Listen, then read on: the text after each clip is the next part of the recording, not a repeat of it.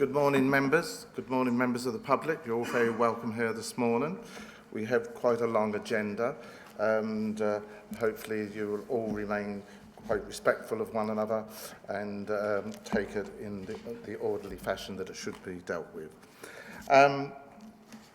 First of all, I'm going to ask Rob to read out the health and safety arrangements. Thank you, Chair. May I first remind you of some domestic arrangements. The toilets are situated outside the meeting room opposite the stairs where you would have come up. Cold water is available in the breakout area outside the meeting room. If the fire alarm should sound, please leave the meeting room following the exit signs and meet on Ipswich Town Football Club training pitch. And please do not re-enter the building until it is safe to do so. Please switch off all mobile phones or turn them to silent. Thank you, Chair.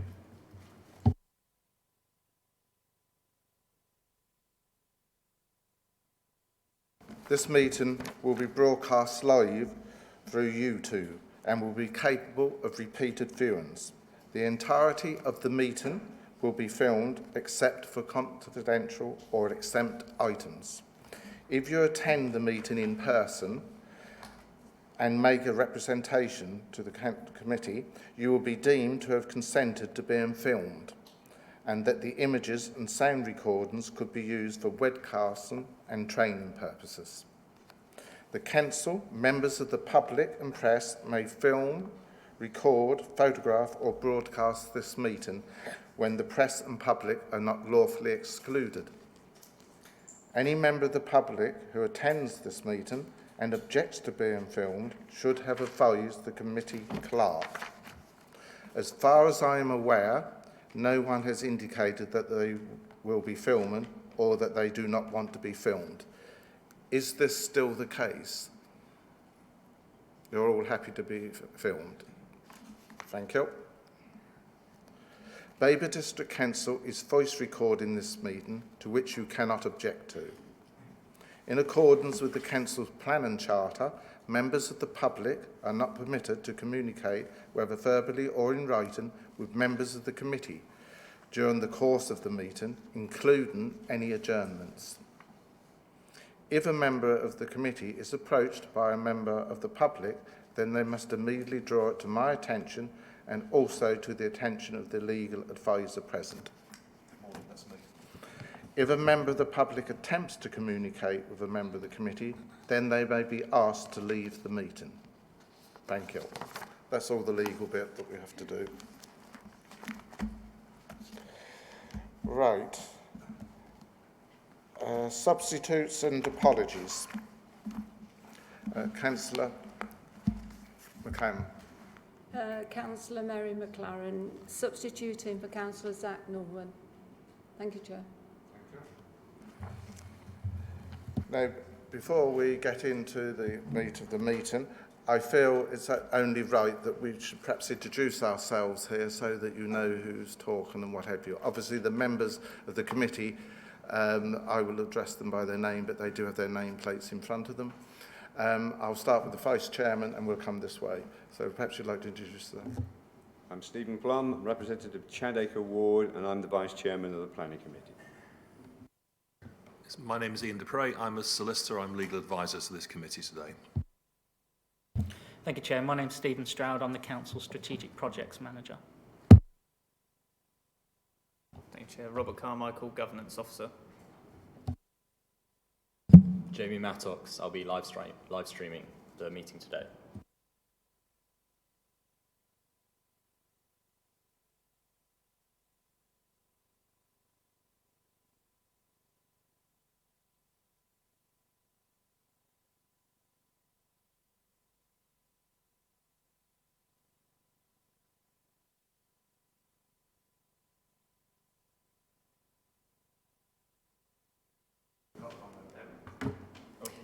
I'm Sam Summers. I will be presenting the Cuckoo Hill applications today. I'm Elizabeth Flood, one of the planning officers. I'm Daniel Cameron. I'm a planning officer. Christine Flittner, planning solicitor.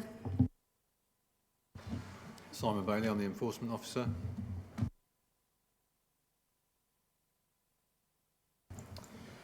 Thank you, Chair. I'm Duncan Merrin with the Council's Communications team.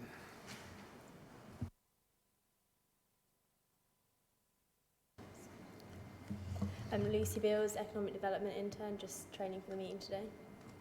Harry Bailey, Planning for Growth Intern, simply observing.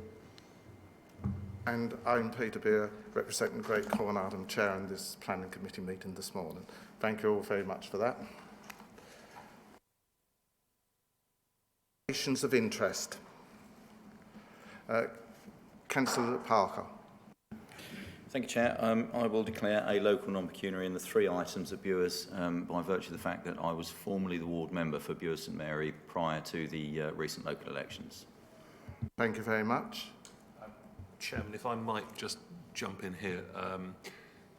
Councillor Parker has felt it right to make that declaration as the previous ward member, just to say that members of this committee I know are well aware from their training of their obligation to declare pecuniary, i.e. financial and non-pecuniary interest. Non-pecuniary interests usually just require to be declared so they're known, and to be mindful of the rules against bias and predetermination.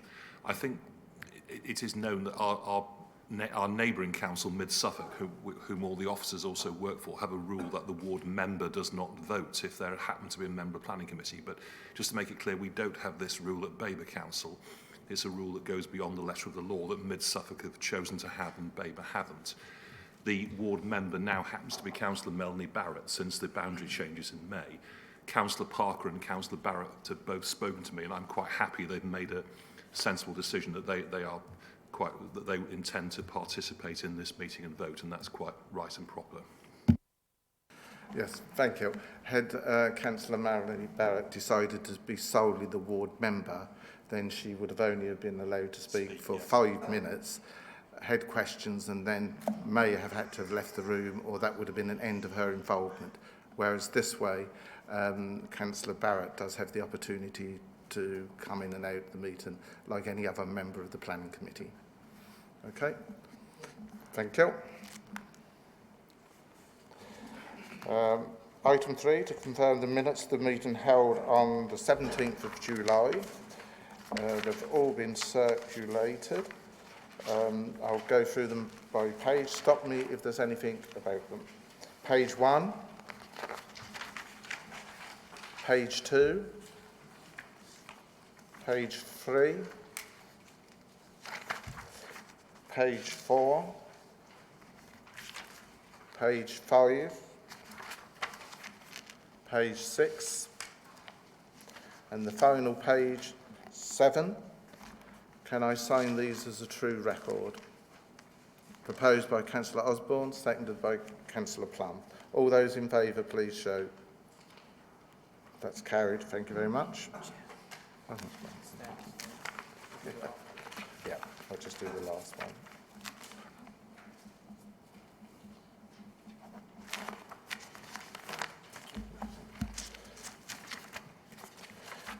Right. Item number 4, to receive notifications of petitions in accordance with the Council's petition scheme. Rob, would you like to take us through this? Thank you, Chair. Apologies, everyone, for the delay in starting, but it's always best practice to get things in order before we start proceedings on the day. So, we have received 1 valid petition with 20 valid signatures, which can be reported to the committee today, and I'll just read out the speech for it, which is Cuckoo Hill Bures. Retrospective planning permission should not be granted for new applications.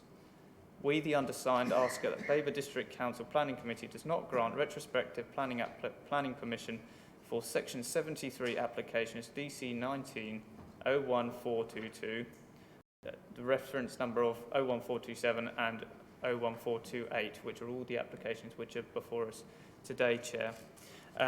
It should be noted with regards to this petition that there was a large amount of support with regards to it of over 400 people.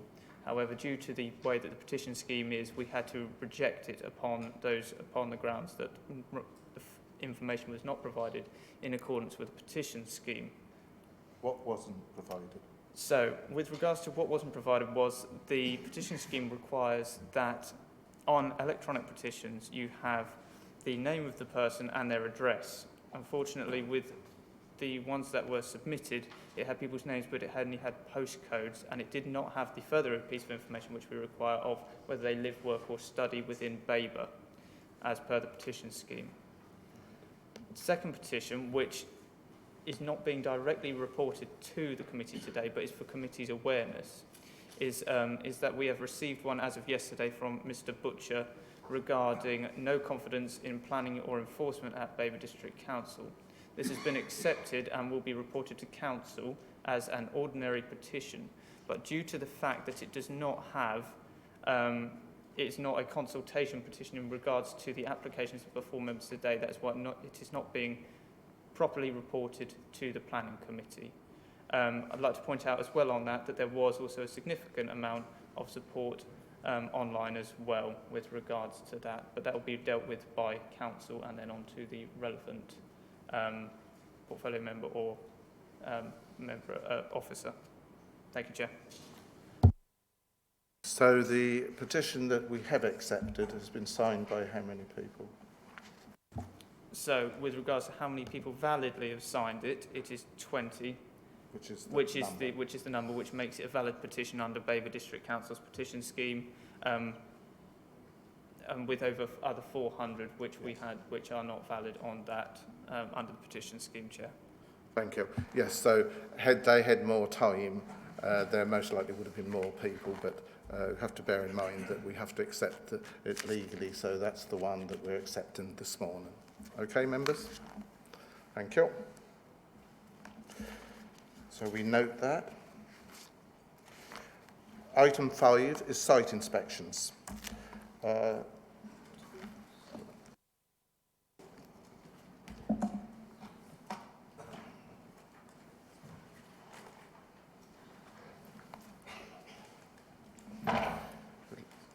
If you'd like to outline the ones you've got and then take us through them. You've got 2, I gather? Yes.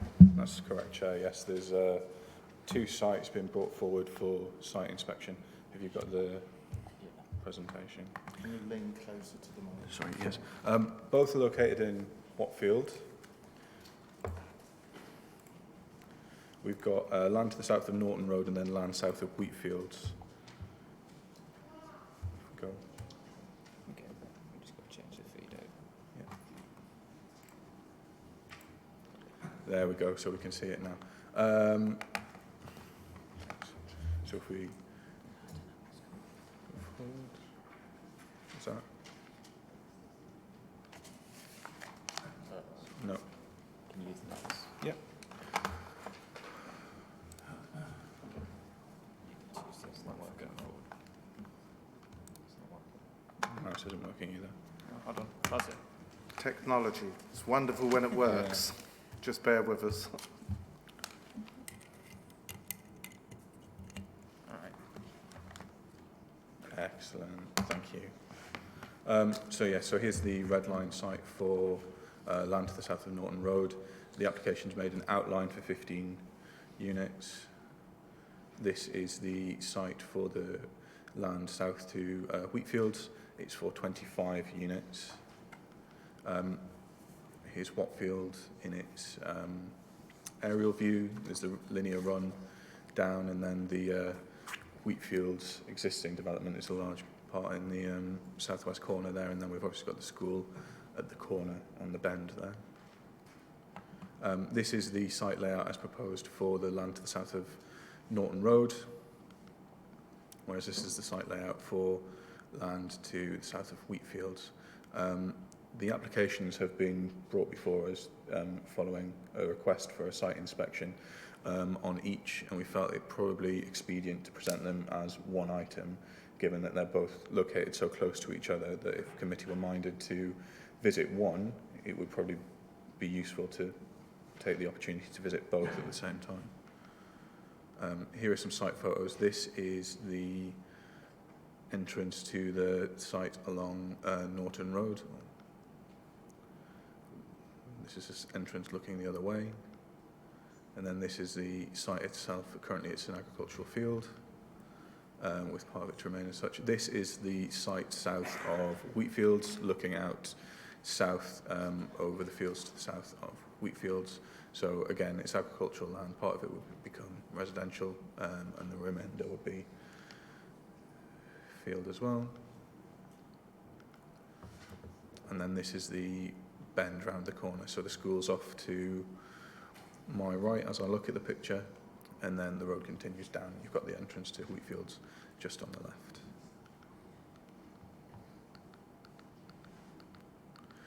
Taken all together, the sites would create 40 new dwellings in Watfield.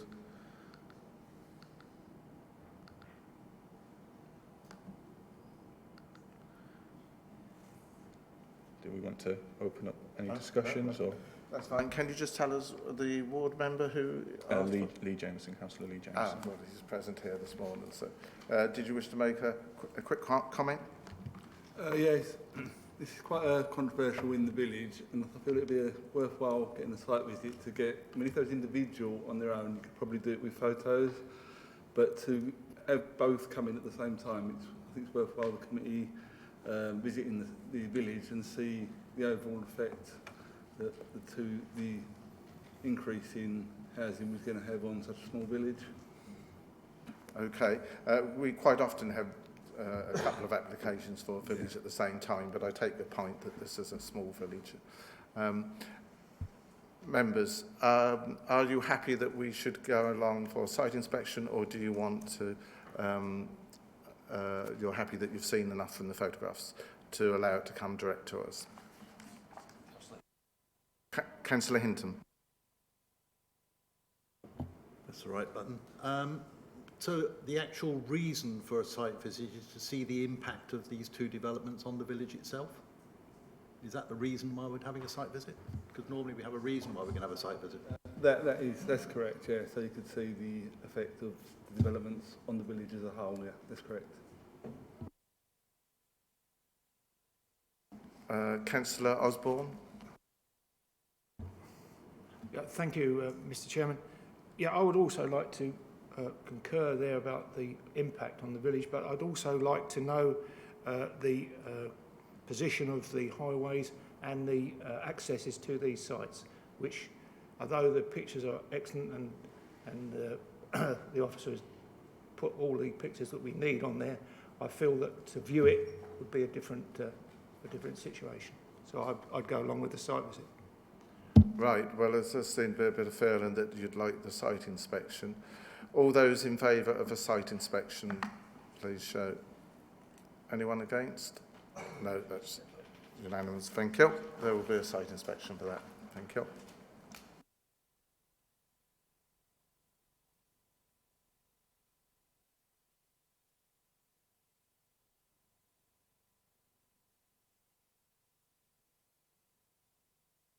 Right, members, we now move to the main agenda for the item number 6, plan and applications for determined by the committee.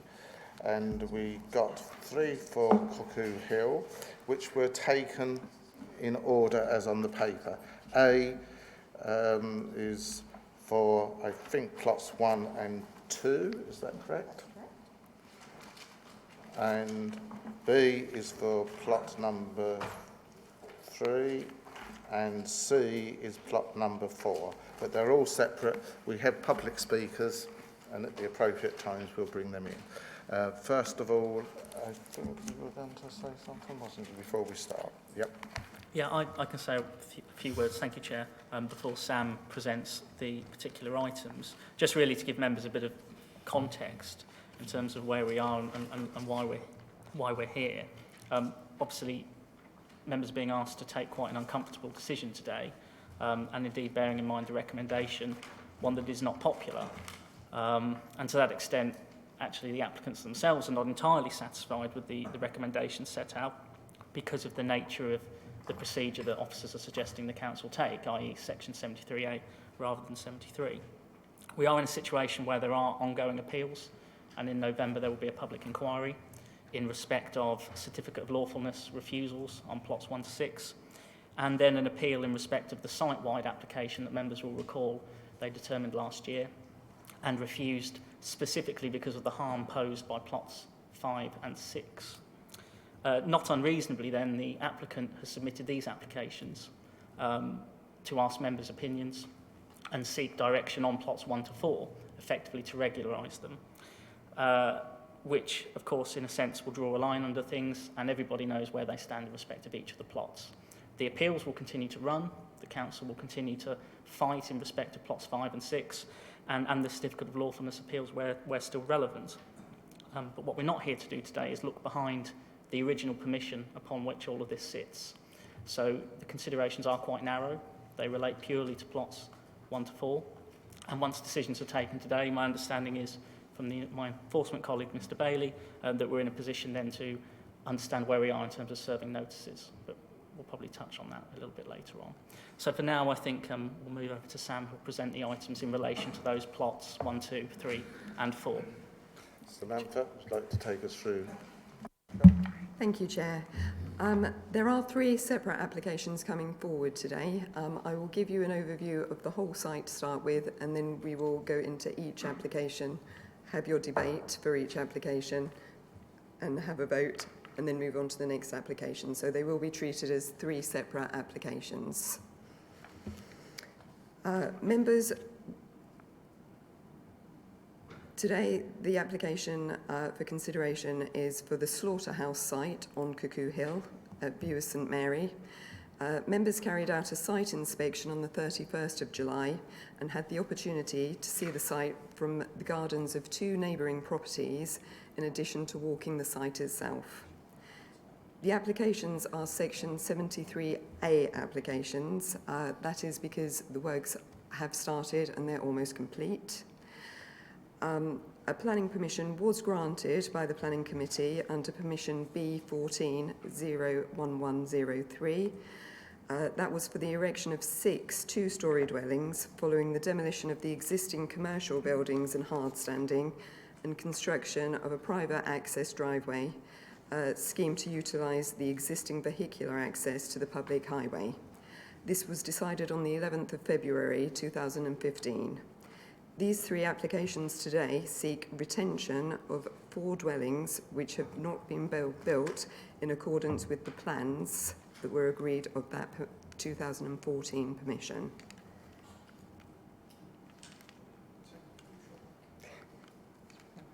Oh, lovely. The plan shows the site and the 3 separate applications that are outlined in red. This is shown in the context of the whole site. So the 3 application sites are here that we will be deciding today, and this whole outline here is the complete site that was given permission in 2015.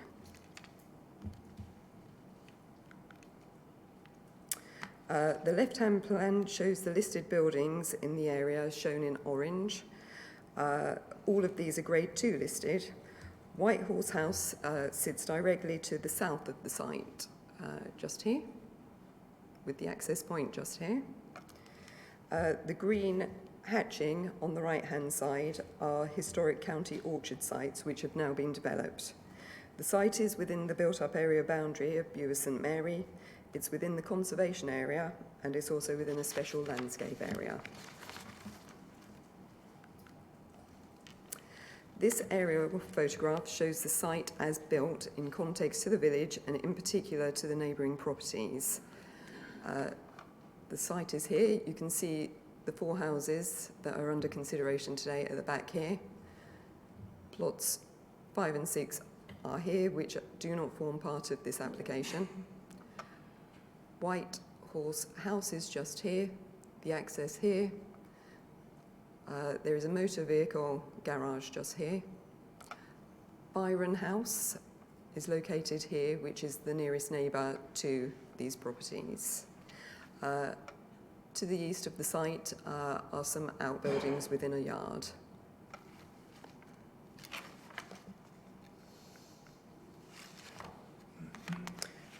Babergh has carried out an independent survey to show the topography of the site. This is because the site is elevated from Cuckoo Hill, as it is on a hillside. The plan can be found after page 50 in your agenda.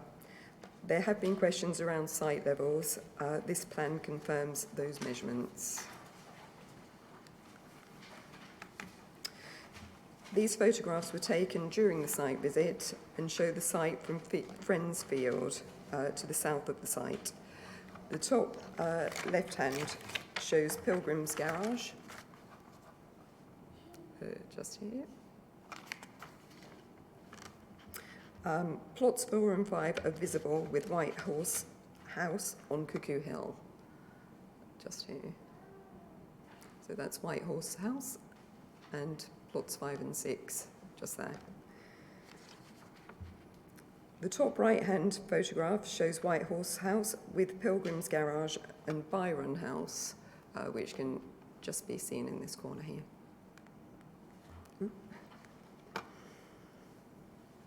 The bottom right shows the garden of White Horse House with Pilgrim's Garage, the top of Byron House, and you can just see the tops of plots 1 and 2 poking out, just here.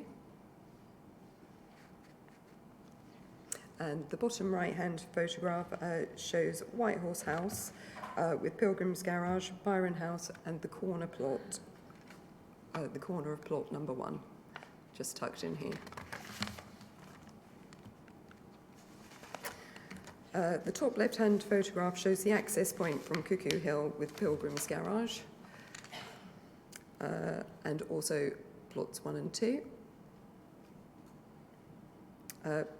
Plot 6 can also be seen just here, and White Horse House just here. Moving down Cuckoo Hill slightly and looking directly into the site from the access, which is just here, you can clearly see plots 1 and 2 and the corner of plot 3, and also plot 6, which is just sitting behind White Horse House.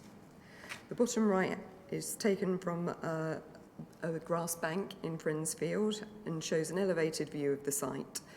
You can see White Horse House, Pilgrim's Garage, and the top of Byron House. And moving down Cuckoo Hill again, you can see plots 5 and 6 behind White Horse House, just here. These 2 photographs are taken from Friends Field. Byron House is visible on the left-hand photographs, with plots 1 and 2 being shown on the right-hand photograph.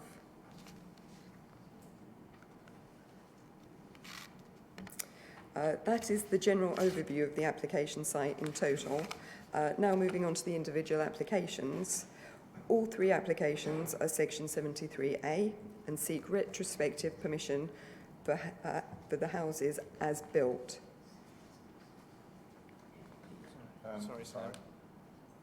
Councillor Busby? Sorry, Chair. Point of order. Could we go back to slide 2? Slide 2? Yep. 7, 5, 6.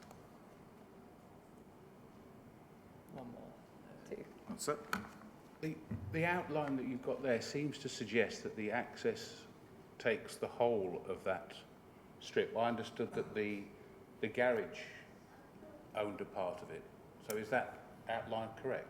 We have done some research from Land Registry, and the applicant does own the whole access. Right.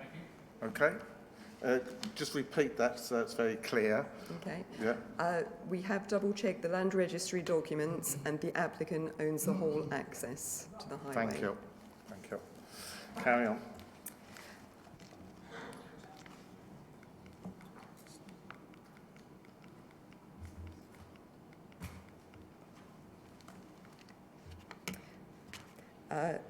These applications seek retrospective permission for the houses as built. The principle of development on the site has been established by the granting of the 2014 application. These 3 applications relate only to changes in siting, site levels, ridge and eaves height, and fenestration. Members are respectfully reminded that these are the only points being considered today. Many other issues have been raised by the objectors, but these are not under consideration today. Application DC 19-01422 relates to plots 1 and 2. Could you just remind us again the 3 points that we're considering today? I think that needs to be clear. So today, members, you will be looking at, sorry, I just found it in my notes.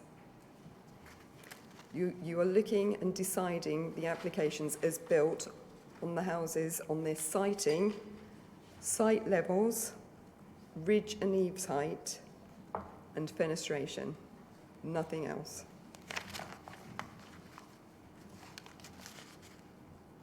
Okay. Thank you. Yep. Plots 1 and 2 are a pair of semi-detached two-storey dwellings. These are located in the northwest corner of the site.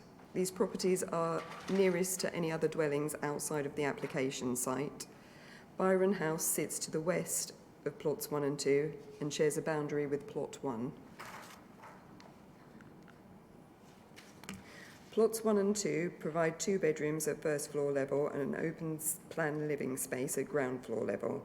There are no windows to the side elevation at first floor level, which would overlook Byron House. Because of its siting and height, there is some overshadowing. This is not considered to be unacceptable harm.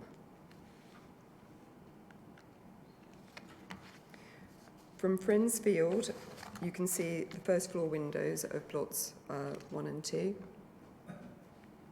just here. And again, from the access point, you can clearly see the difference in height between plots 1 and 2 and Byron House, which is this property here. It is noted that plots 1 and 2 sit forward of Byron House, which actually gives more privacy to the private garden of Byron House from overlooking from the first floor windows because of its siting. This is the front elevation of plots 1 and 2, and Byron House would be tucked just behind.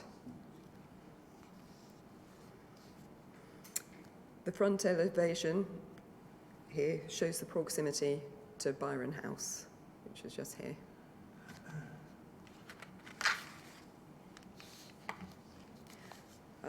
This is looking from the front of plots 1 and 2 down the site towards the access with Cuckoo Hill, which is just here, and that would be plot 6, just the corner of it there.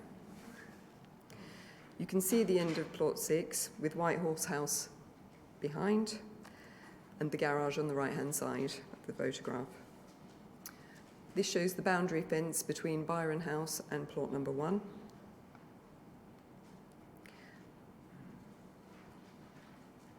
This photograph here shows the gap between the 2 buildings.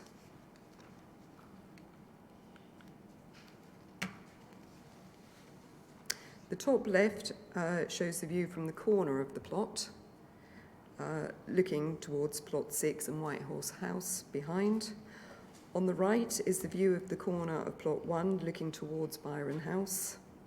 And the bottom left is the view of Byron House's garden from the front of plot 1.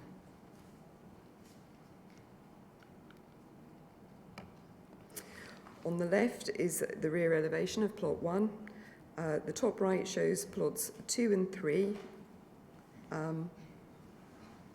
and also the roof of plot 4, just at the very end of that photograph and run of buildings.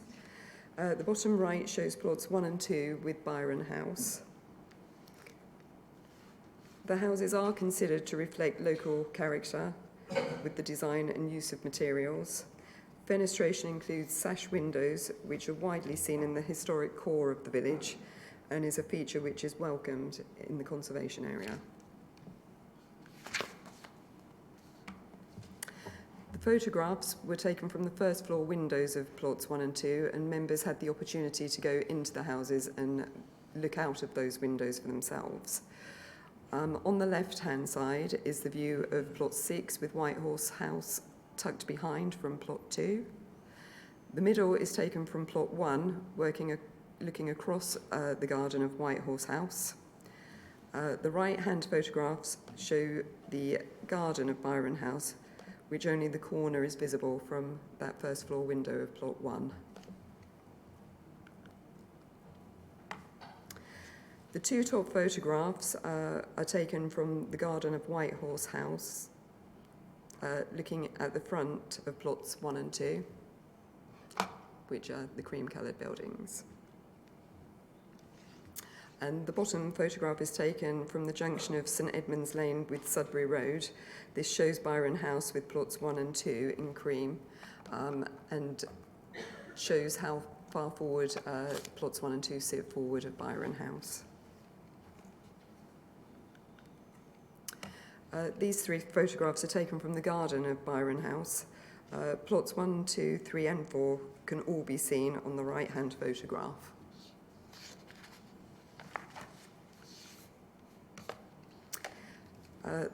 This is the whole development visible from Byron House's garden. The application is not considered to raise any issues of residential amenity. Heritage consider the changes to be minor and are not harmful to the character of either the conservation area or the Grade 2 listed White Horse House. Therefore, this application is recommended for approval with conditions as set out in the officer's report on page 23. Members are again respectfully reminded that they are deciding this application as built in relation to siting, site levels, ridge and eaves height and fenestration. Thank you. Thank you. Right. We have public speakers for all these items. The Parish Council, Councillor Gillian Jackson. I made the request for Mr Harman to speak first, Mr Chairman. You still only have 3 minutes between you to speak. So if the... Mr. Harman speaking in place of this lady, I don't know. Right. Is Mr. Harman, he's an objector. I have him down as an objector. This slot is for the Parish Council. Oh, but you want to go irregular and have Mr. Harman go first. That's what they're saying, is it? Well, no, we have a procedure here, and I'm sticking to the procedure. The Parish Council goes first, and that is Jill Jackson, or there's Tim Fairbairn. And I don't know whether the two of you wish to join together, or whether you're doing the whole 3 minutes yourself.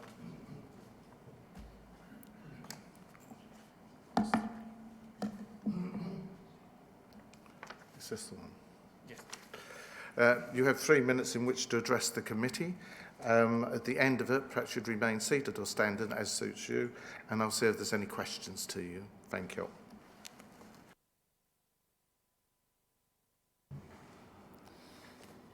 In July 2018, when Kevin Lee, who's seated here, called for a split decision on the plots, your esteemed chairman, Mr Bure, stated that the site must be considered as a whole.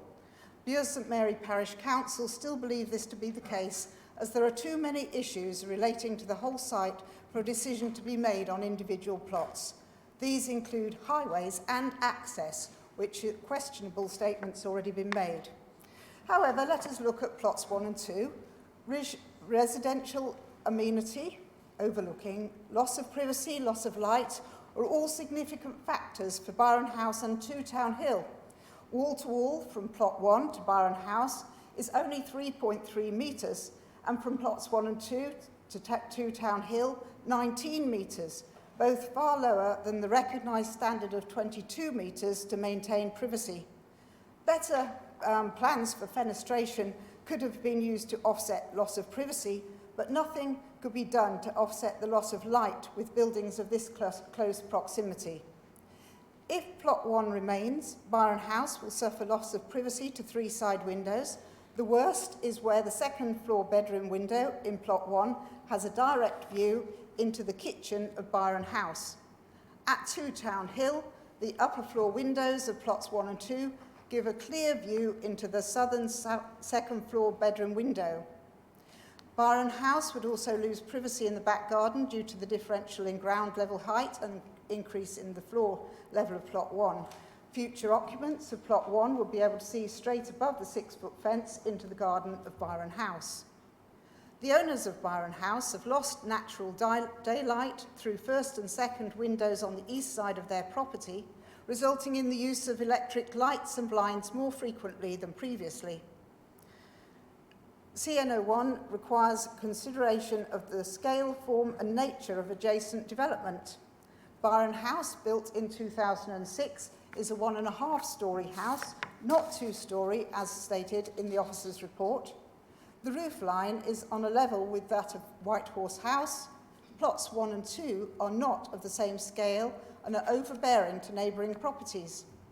The siting of plots 1 and 2 has somehow been revised as acceptable and the position of Byron House called into question.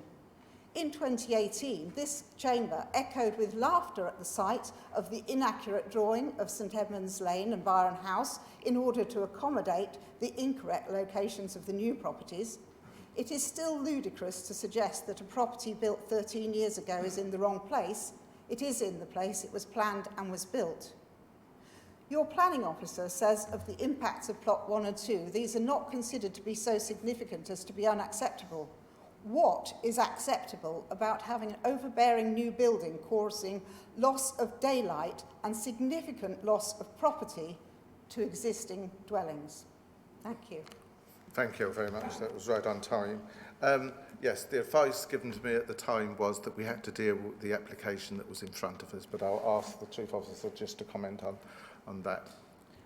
Yes, Chair, I think it was the case, rightly so, that the applicant's agent and or barrister referred to the opportunity for members to issue a split decision, albeit very late in the day of us having that request. But of course the application was for Section 73 as a site-wide application, and members acknowledged that rightly so and determined the application as exactly applied for and set out. In that respect, members did refuse the application purely because of the unacceptable harms in relation to plots 5 and 6. And as I said at the start, not unreasonably, the applicant has then come in with these applications to regularise the positions of plots 1 to 4, because the inference is they must be acceptable on balance. This is a question that does need to be answered, because we are going to a public inquiry in November where no doubt the appellant's barrister will be asking the council, what about plots 1 to 4? And there needs to be an answer for that, and that's effectively what these applications also seek to provide for now, which, as I say, draws a line, narrows the issues for the appeal, and indeed opens the door for our enforcement officers to take appropriate steps. Thank you. Right, I'll now see if there's any questions from members to the public speaker. Members, have you got any questions? No? Okay, thank you very much. I'll just serve the officer. Is there anything you wish to comment on that? Could you just, because the lady did bring up it being forward of Byron House, slide number 17, I seem to remember you pointed that out. Do we know how much forward that is? Just, if not, you can perhaps find out while we're debating, but was it 17? Yes, that bottom one. Bottom one. Yeah, you pointed there. I can see the white outline of the other, of number 1. How far forward? Is that the bit we're referring to? I think Simon might be able to answer that. Sorry? Simon might be able to answer. Have you got the answer now, or do you need to check? Thank you, Chair. I need to check. You need to check. Well, Yes. Perhaps you can find that out while we continue the debate as to how far forward. Thank you. Members, no, you've done that. There's no other questions. Thank you very much. We'll get an answer to that as soon as I can. Right, the next public speaker is an objector, Michael Harman. You, sir, also have 3 minutes in which to address the committee. You can sit or stand. Perhaps you'd remain afterwards, and I'll see if there's any questions for you. Thank you, Chair. Thank you. When you're ready. Members, I speak on behalf of Keep Bures Beautiful, who represent 500 local residents. KBB invites you to postpone the decision or alternatively refuse these applications. I'm a partner in Homes and Hills. The firm's planning team is recognised for its expertise. I say there are good reasons to refuse today's applications. Consistency in decision making, but also the impact on Bures and its residents indicates that today's application should be refused. On behalf of KBB, I invite you to do so. I trust that members have seen my letter of 24th of August, which sets the tone. These applications concern not only a complicated matter, but a highly contentious one, as you're all aware. These applications are correctly Section 73A applications. There cannot be a Section 73 application which is forward-looking. It's the case of Lawson Builders. As a Section 73A application, members do need to know whether it concerns development carried out without planning permission or without complying to some condition or other. I'm referring to the 2014 permission. The relevance is to the fallback position and its weight. Unfortunately, your officer's report does not seem to assist you on this fallback point. If the 2014 permission has been lost, you may wish to ascribe little or limited weight to it. That would entitle you to consider the detail of the development, and I emphasise detail. If the 2014 permission is extant, then it is the discrepancy between approved plans and the development as built that is of relevance. So thus, that is a critical issue that will be decided at inquiry in November. Experts will be providing evidence as to measurements and scaling of plans, and legal arguments will be made concerning the interpretation of planning conditions. So members may feel that they're ill-equipped to decide today prior to determination of the inquiry. But further, members, but also the public and the applicant need to know what is being approved or not. From the current application, this is far from clear, given there appear to be issues with submitted details and the correctness, or not, of submitted plans. I refer to my letter. Those are reasons to postpone making a decision, but indeed any decision today will have ramifications for the inquiry. But if members do make a decision today, then to assist, the courts have been clear that approved plans are integral to determining what the permission authorises. 2014 site levels drawing clearly illustrates the intended roof height as comparable to surrounding dwellings, particularly White Horse House. Likewise, the same drawings show the footprint and relationship to neighbouring development.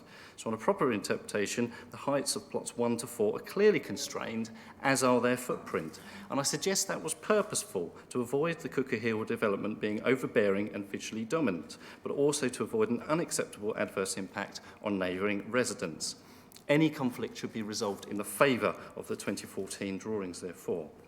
There is significant conflict with those plans and the development for which you're being asked to retrospectively approve. The buildings are visually dominant and overbearing. That has caused the justifiable anger of the local community, and you've seen firsthand the impact of the development when standing in neighbouring gardens. Council has already refused to issue certificates of lawfulness for the buildings in question and has also refused a site-wide application for the development as built. Those applications deal with the legal issues and planning merits. Circumstances have not changed. So acting consistently, members should refuse today's applications. There is also the issue of site-wide matters. Thank you very much. Your time is up. Thank you. Thank you, Chair. Members, is there any questions you've got for the objector? Councillor Busby. So you say circumstances haven't changed, but in fact this application is for plots 1 to 4 as opposed to 1 to 6. So we are looking at a different application, aren't we? It is a different application, but the development as built has not changed since the previous applications or indeed the certificates of lawfulness for the individual plots. That's my point. Thank you. Any other questions? No? Thank you very much. Thank you, Is there anything you wish to comment on what you've just heard? Make just a couple of short points. Yes. Just a couple of small points, Chair. I think in terms of consistency of decision taking, obviously very important. I think it's, again, important to highlight the fact that last year the decision taken to refuse was solely based upon the unacceptable harms of plot 5 and 6. In respect of members being ill-equipped to make a decision today and effectively leaving it to the inquiry, I make the same point again. The council cannot turn up to the inquiry and say it has no opinion on plots 1 to 4. That is a question that I'm doubtless will be put to us, and there will need to be a response. And officers at this point in time, in leading up to that inquiry, are minded to say plots 1 to 4 are not so harmful that they're unacceptable. The focus of the council's case, as per the decision last year, is that plots 5 and 6 are the unacceptable elements of the development. Thank you. So you're saying that whatever happened, if we were minded to refuse or postpone, you would come back to us before the inquiry for our opinion to take with you to the inquiry. Is that what you're saying? I think there are a lot of possible permutations here, not least if no decision is made today, the applicant may well appeal for non-determination, which again will force us to form an opinion. It would be unreasonable for the council not to have one. So that's the answer's yes. Thank you. The answer was yes. We'd have to have an opinion. Right. Any other questions? No? Okay. We'll now move to the applicant agent, which is Kevin Lee. If you'd like to come forward, sir. And you also have 3 minutes in which to address the committee. You could stand or sit, and perhaps you'd remain there at the end. I'll see if there's any questions for you. Thank you very much. Thank you, Chair and members. Once again, I'm in front of you, but as your councillor noted, there's been an enormous change since last year. Unfortunately, the very long letter from the previous speaker is one of those where, had he had time, he would have written a shorter one, I'm sure. In terms of facts, this committee, or a version of it last year, only concerned itself with plots 5 and 6. Your officer keeps reminding you that, and it's a plain fact and it can't be swerved around. Indeed, everybody focused on 5 and 6, and that's important because at the time, you'll recall, I asked for a split decision. Apparently, as we discovered later, the only reason you didn't give a split decision is because you haven't done it before. It was a procedure you weren't familiar with. You could actually have given a split decision, but you didn't. But that left us in the position that we had 4 plots with which you weren't concerned and 2 with which you were concerned. And so earlier this year, myself and my client's team met with your officers, and we spent a great deal of time working out how we could all save a lot of anguish, time and expense if we could focus on what remained between us. That's why you've got these 4 applications. I'm not going to deal with the difference between Section 73 and 73A. My main concern is that you make a decision today, hopefully a positive one. But we had a meeting at which everybody agreed that plots 1 to 4 didn't concern the council, didn't concern your officers, didn't concern the members. As a result of which, you've got the 4 applications. This was brought in effectively at your encouragement, as in the council's encouragement, so that when we get to the inquiry in November, which is going to last for 4 days and will cost a lot of money, and no doubt there might be cost applications in it as well, we won't be arguing over things that aren't in issue. And although your officers said this to you now several times, despite what the chap in front of me said and the lady from the parish council said, your specialist officers, heritage officers, your planning officers, highways have all looked at every single thing that the residents could throw at it, because this is really about the residents driving, it would seem, the council rather than the council being in charge. There isn't a single issue left in planning terms.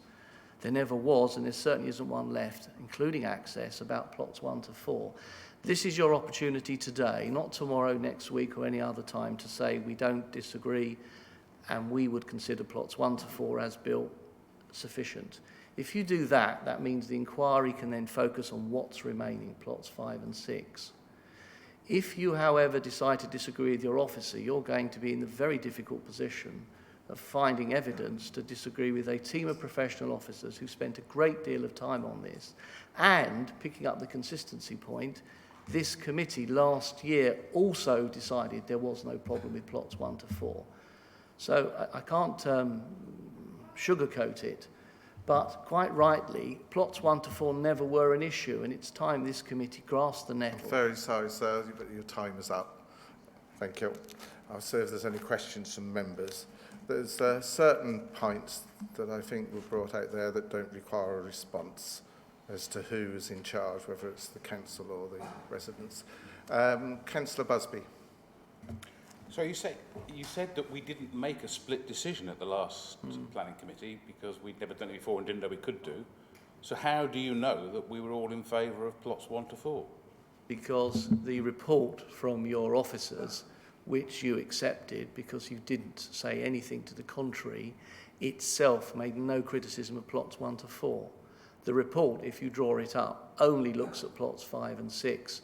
That's why we met with your officers earlier this year, at which they admitted what we had already said and worked out. You never were concerned with plots 1 to 4. Had you been concerned with plots 1 to 4, there would have been a record on your minutes or in a discussion, and I was present at the discussion, and the whole thing, I think, was televised then. So we know what your position was. It was to focus on plots 5 and 6. Thank you. Yes, you've got another question? Well, that's a big assumption. If you're faced with something which is really, really bad, which let's say plots 5 and 6 were, you don't necessarily pay any attention to something which is slightly bad. That's not an answer. We did not make a decision on plots sorry, I've got to press you here, Councillor Busby. I may have some sympathy, but you do need to put a question to the Speaker. It's not fair to put other accusations. So if you've got a question, I'll allow it. No? Any other questions? Councillor Barrett. Thank you, Chairman. I'd like to ask a little bit about the measurements that have been in dispute on the site, and we've got some detailed analysis of that. The access driveways and turning points, how much have you reevaluated that throughout this process to ensure that there is adequate room for vehicles turning, for deliveries, for parking and so on? Well, that's actually never been an issue, but as part of coming to today, because residents keep talking about access off the highway, we have gone back over all the drawings, and again with Highway, who do not make any objection to this, and with your officers, we've reconfirmed that what was designed, what was built so far, because it's not finished, and what was approved, all comply with whatever requirements, I won't go into the detail, whatever requirements Highway needs. So again, it's a red herring, I'm afraid, but the whole issue of getting from the highway onto the site, manoeuvring around the site and turning, are all matters that were all sorted out previously. And again, if we go back to the report last year, which is the one this committee looked at and only focused on plots 5 and 6, the access was not an issue. It never was an issue because it simply complies with any requirements that need to be dealt with. Had it been an issue, one would have expected either your officers or this council to have made a point last year. And just, if I may, picking up the councillor who was trying to make a question, the point he was really trying to make was, well, we turned them all down. We were really concerned with 5 and 6, but we might have been concerned with 1 and 4 to a bit. I'm afraid that just doesn't wash. That will not persuade any inspector. I think you have answered it adequately. Any other question? Sorry, you had another question for me. You said there was a second point. Oh. So, there's a second one. Councillor Parker.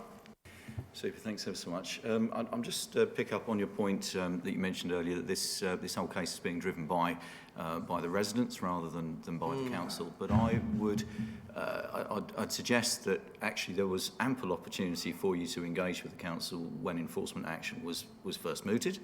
And indeed, I raised this point last year at last year's hearing, that in actual fact, your client chose at that time, in fact, to accelerate the development rather than work with us as an authority. So can you understand this committee's reticence to take on face value your intentions and your words when the evidence seems to be that in actual fact you were going to plough ahead regardless? Yes, it's a fair question, and I understand the position you're in. You're people who are elected by people who speak to you, and naturally you're influenced by them. I'm just a planning lawyer who for 3 decades has spent time in the planning world and therefore can only speak from facts and law. I can't speak from prejudice and emotion. My client hasn't ploughed on. Of course, the big question, which we can't answer today, is what we've built, we still maintain is perfectly lawful. The big issue between us, if you recall from last year, is what we call underbuild, the extent to which the site can be levelled. That's where everything stems from. I don't know to what extent you've looked into the figures I don't know whether in this report, but I can tell you that the figures that have been done by survey and survey by agreement with the council show that more or less every one of those buildings is actually a little bit lower than the approved drawings. It's not the size of the building from the top of the ridges to the bottom of the brick at the ground level. It is actually the fact they're on the ground. The issue between us, and every time one of the members of the public guffaws, or any of you councillors, or indeed the officers, get into the question of, well, what is it you've done wrong? Where we are apart is not the construction of the building. They're more or less the right height. Some are mostly under. They're more or less in the right position as it happens. It's the fact that the site had to be levelled, and the bit the inspector is now going to determine, although there is previous decisions on this, which we've shown the council. It's that levelling of the ground, and the council somehow would want to argue the case, well, we're not happy with the levelling, we want to see the whole lot pulled down. Our point is, if that had really been an issue, you could have, in 2015 when granting consent, have put a site level condition in. They're not uncommon, they're not common, but they're not uncommon. You could have a condition which puts ground level at a certain AOD. You can have a height which perhaps bears reference to something off-site. Those are all things which could have been done, but I they feel weren't. I have to come in there. I've allowed you to go on because levels, as you quite rightly say, do seem to be a great concern to everybody. And I think you have adequately said the situation. So I think I've got to stop it there. Otherwise, we're getting into another separate debate. I mean, you can always ask another question about it. What I would just ask, to follow on from that, I've had correspondence and I've seen letters and things that apparently the parking for number 1, which tapers, I think, when we stood on site, is that still as it was shown on the site plan last year, that would allow 2 cars to park down the side there, one behind each other? Can I just check that detail? I've got the architect here. Let me just see whether we know anything about it.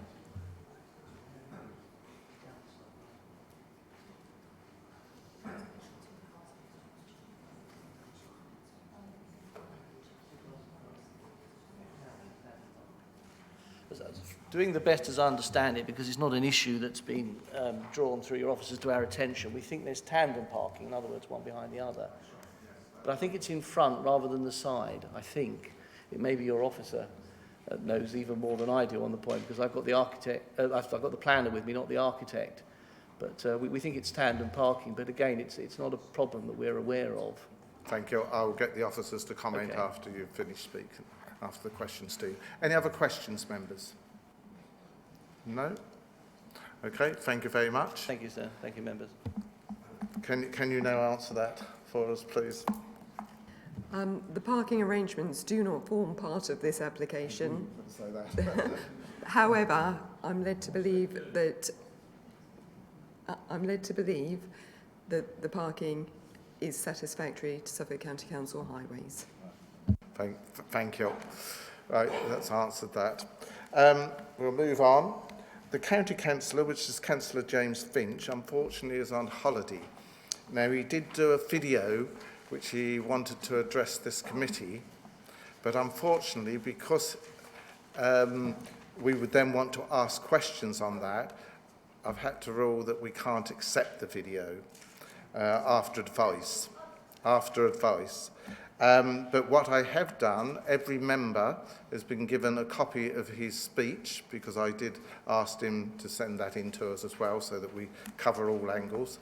Everybody's been given a copy of what he wanted to say to us, which were mainly on highway matters. They have been looked at by the officers. Members have got copies, and I think there's been some copies circulated to the public here today. So we'll move on, unless any member during the debate wish to comment on any of the correspondence that they've had. Well, that's an end of all the public speakers. The ward member is Councillor Barrett, but I'm now going to open the debate, and I'm going to start with Councillor Lee Parker, who was the original councillor for Bures in the run-up to all this, and then that will be followed by Councillor Barrett, if she wishes to speak. Councillor Parker. Yeah, thank you very much, Chair. Can you keep as close as possible to your mic?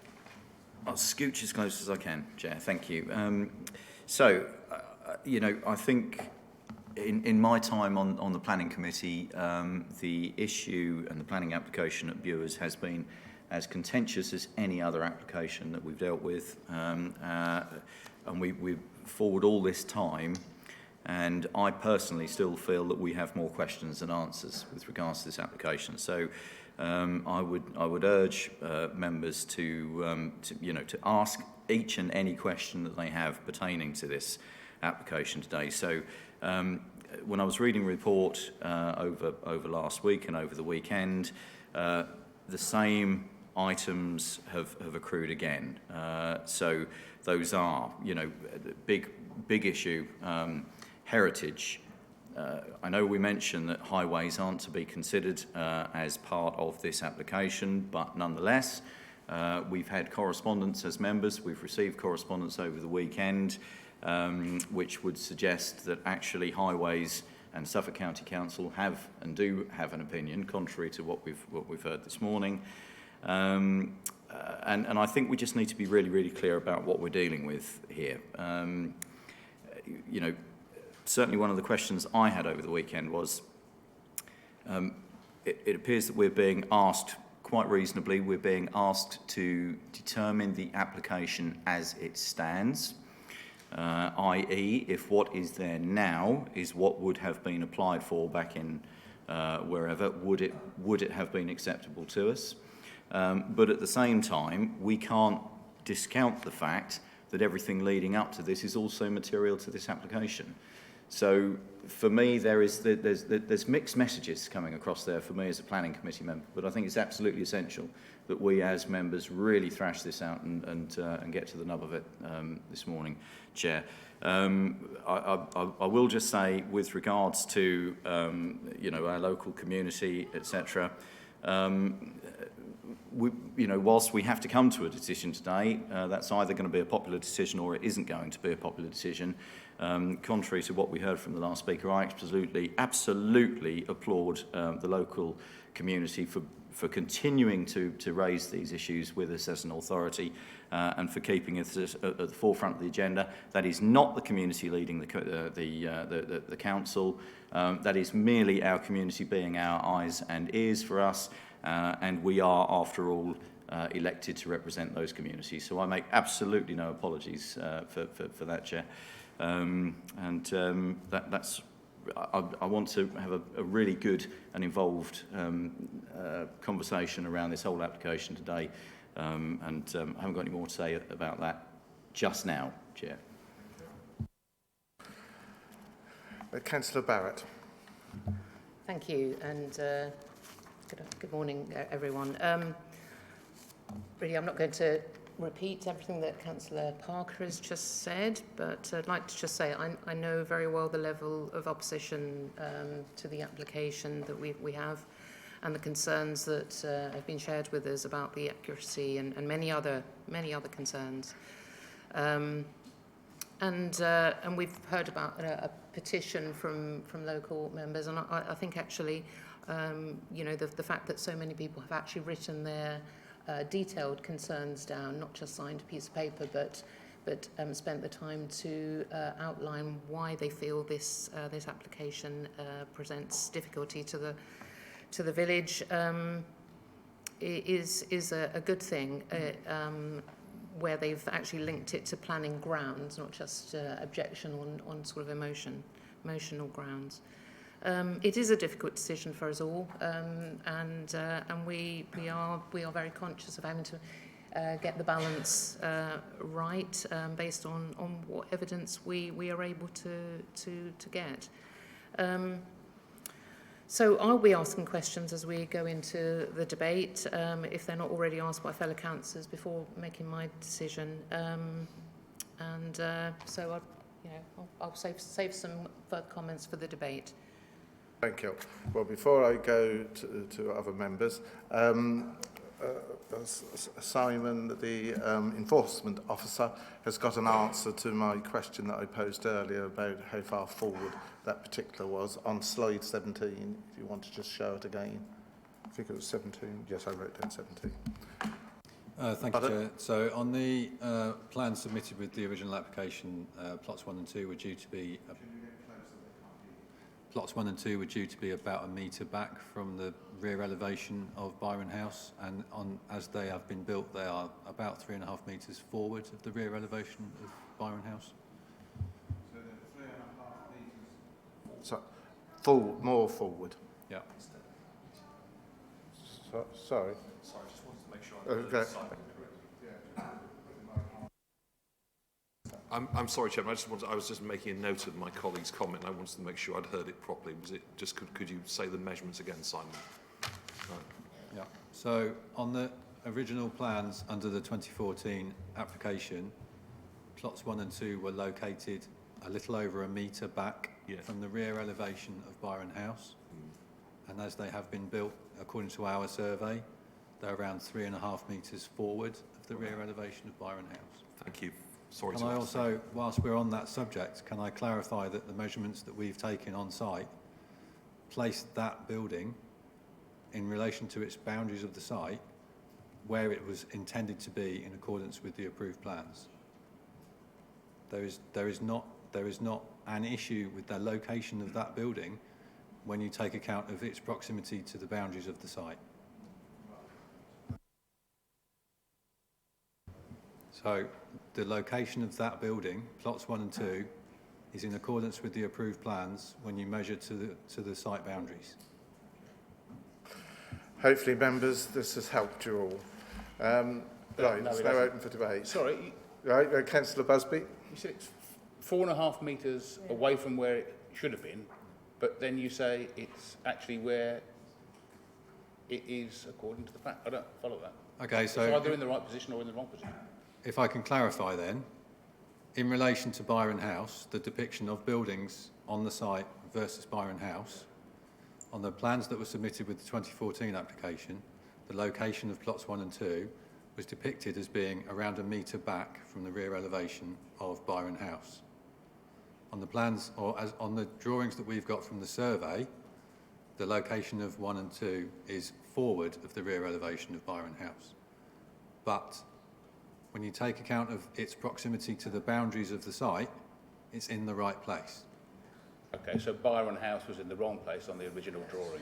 Well, I'm not drawing that conclusion. I'm merely illustrating that I'm not drawing that conclusion. I'm merely saying that when we've taken measurements on a factual basis, the measurements that we've taken indicate that that building is where it's supposed to be. Thank you. Right, I'm sure that helps us. Any other comments, members?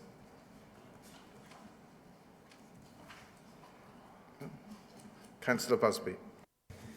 Yeah, I'm sorry, Sam, but it would have been, bearing in mind that we're looking at the change in siting, site levels, it would have been easy if we'd have had one page with what the changes are, instead of all of the, these surveys. And I have to say, I found it very difficult to try and work out what was originally agreed, what they've built, what they're now applying for.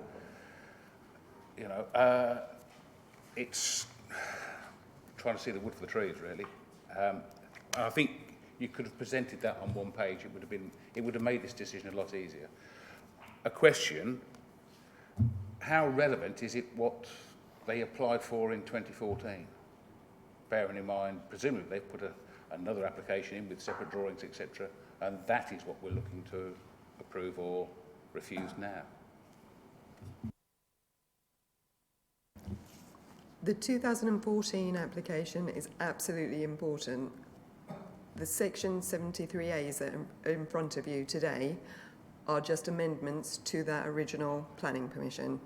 So the principle has been set, some changes have been made to the buildings as built. Members have had the opportunity to see those in person. You've been inside the houses to see how the amenity affects the other properties around it. You've been into the gardens of the neighbouring properties to see how that is all affected. So I do take your point that it would have been nice to have the two plans so that you could judge them side by side. However, you've been on site, which is much more important.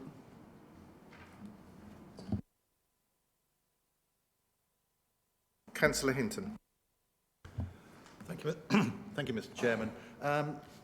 Based on what the applicant said, and looking at page 14 of the papers in front of us today, looking at the history of this site, it appears that all 6 properties had individual applications refused for retention as built.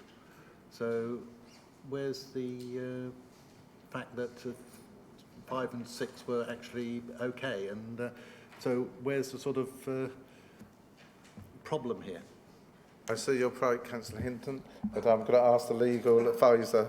I think if I've understood my colleagues correctly, there were individual applications for certificates of lawfulness. That's correct, isn't it? So a certificate of lawfulness invites the council to agree that something is lawful under planning law. And I think the point is things can quite easily be irregular and lawful, but actually the council might decide, it's your decision today whether you do or not, to grant permission for it. If I want to build an extension in my back garden, if it's a half a metre bigger than the measurements allowed in the permitted development order, I won't get a certificate of lawfulness for it, but I might get planning permission if the council think it's all right. So that's the kind of distinction we have to be mindful of here. Councillor Hinton. Thank you, Mr. Chairman, for that. So we're really sort of splitting the hair right down the middle, aren't we, as to whether it's certificate of lawfulness or planning law that we're actually talking about. I thought they were both bits of planning law. And if you haven't got a certificate of lawfulness, then you need planning permission. If you haven't got planning permission, then you're screwed, sort of thing. If I may, Chairman, that seems the simple way, but we'll get the legal way. We always say, and I'm sure the 2 planning lawyers in this room won't disagree with me, that when councils consider certificates of lawfulness, with extremely rare exceptions, and nearly always not, we do not consider the planning merits. We simply consider whether planning law allows it, as in whether and it was argued, I didn't deal with the certificates of lawfulness, a colleague of mine did, so I'll limit my comments, but the argument was that they were within limits of tolerance such that they should be deemed to be lawful. Is that more or less correct? And in fact, the council said no, they weren't, and an inspector will now have to decide. Yes, that's it in a nutshell. So there are 7 appeals, all conjoined, rolled into one, which we heard at the planning inquiry in November. 6 of them being in relation to these certificate of lawfulness applications which were refused, on the basis that, from the council's measurements and considerations, the as-built plots 1, 2, 3, 4, 5 and 6 go beyond the scope of the planning permission. On that basis, they're unlawful. And it's on that basis, potentially, that enforcement notices could also be served. However, there's then the wider planning aspect, as it were, in terms of are these plots acceptable in planning terms. The council's very clear position from last year is that plots 5 and 6 are absolutely unacceptable, and that rendered the whole site or the whole development as being a refusal, which is the other appeal that's being heard in November as well. However, because the reasons for refusal given last year effectively were so clear that it's plots 5 and 6 that is where that unacceptable harm lies, as we've repeated several times so far, the applicant has now submitted applications effectively to regularise the positions of plots 1 to 4, because there is a reasonable inference, and officers agree, and indeed the recommendation before you is to approve, that plots 1, 2, 3 and 4 are not unacceptable in planning terms. Thank you. Any other comments? No?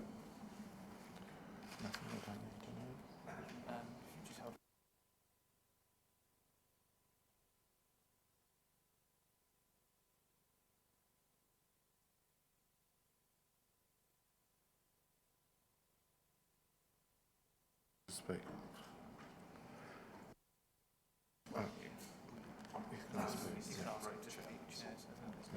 I'm going to ask the enforcement officer if he'd like to comment on that. Can you comment? Thank you, Chair. I'm not sure I'm able to comment on whether or not the OS map layer is correct or not. The point I was making earlier was that having taken measurements, extensive measurements of the site, the position of plots 1 and 2 is accurate in accordance with the approved plans. Thank you. Councillor Barrett. Thank you. Just moving into a slightly different area, Chairman, I'd like to raise an issue with questions over the consultation process, because I have been contacted, and I think the officer has also, by a resident who is lives very near to the site, who says that they have not received a notification in good time for contributing to the consultation process. Can the officer answer that question? The procedure for consultation to neighbours, can somebody enlighten us? I'm happy to do that, Chair. Right. Yeah, the procedures for consultation are set out in the Development Management Procedure Order of 2015 as amended, and that's been followed to the letter by the council and its officers, which has involved site notice, letters, etc. It's not necessary to capture every single person, but of course it's a wide enough net for people to be informed, and indeed if people are responding, then the consultation in that respect has worked. But in the strictest possible terms, the council has followed that. It's a procedural matter as opposed to the particular planning merits that are being discussed today, and of course the officers can respond to that as necessary outside of this forum. Am I right in thinking that we voluntarily contact the neighbour each side of the application site, and usually in front and behind, but on controversial ones we do tend to try and go on a wider scope? Is that correct? That's right, Chair. It's a matter of judgment, but effectively it goes over and above what our statutory requirements are. Councillor Ayres. Thank you, Chair. I'm just a little bit confused. Could I just check something slightly different? According to Anglian Water, there was no response, but the Bures Council and the Hamlet both were worried about drainage. Has that been resolved? What are the problems with the drainage? Do you have a page number or anything that you're reading from or not? 16. Page 16, that's helpful. Oh, yeah. You're going to answer. That's fine, Chair. I think what Councillor Ayres is knocking on the door of is this wider point in terms of what the status is of the 2015 permission upon which all of this sits. Now, if members make a decision today to follow recommendation, those approvals effectively sit alongside that host permission, which continues to have effect. And when members approved the development of 6 dwellings back in 14-15, they considered, and they must have considered, otherwise they wouldn't have granted planning permission, that the development was achievable, and that encompasses the land contamination issues, the access issues. The nub of what we're doing today here is looking at the particular siting and presentation, whatever you want to call it, as set out in the description, of those dwelling plots for 1, 2, 3 and 4. The requirements for the wider scheme remain extant. It remains the case that there's a permission for the dwellings known as 5 and 6, albeit we're saying that as built they are wholly incorrect and unlawful, but it remains the case that there is a permission for 6 dwellings. Just as a matter of clarity, can you explain extent? Because this is extent. Oh, extent. Yeah, extent. Because this has come up many times and people are not clear about it. I've got a general idea of what it means, but perhaps you can explain it much simpler so we can all understand it. I think and it may be that the planning law is better to chip in, but I mean effectively from the council's or the officer's position, there was a permission granted that was lawfully implemented within the time limit. There were pre-commencement conditions that were discharged, and they've gone about developing the site. Where they've gone wrong is in respect of those particular dwelling plots. So the permission itself is still there, and there is a theoretical possibility that they could complete the development in accordance with the plans, and it may be the case that with whatever enforcement steps are taken next, we'll be seeking to ensure that could still happen. Just to add, Chairman, I mean, I think I'm sure the two other the two lawyers in the room have had this experience. A planning permission for a very large development, a large housing estate, say, can be commenced by doing some very moderate things, like starting to dig holes, dig foundations, lay out access roads. And I'm sure Mr. Harman and Kevin Hadleigh have had clients coming to them in a bit of a panic sometimes, saying we're about to run out on the 3 years or the 2 years, and you have advised clients to dig some holes and take some photographs with dates on and so on. And then if you've done that, you can then complete the development goodness knows how many years later. I mean, it looks a bit untidy and doesn't impress people if you do that, but it's quite lawful.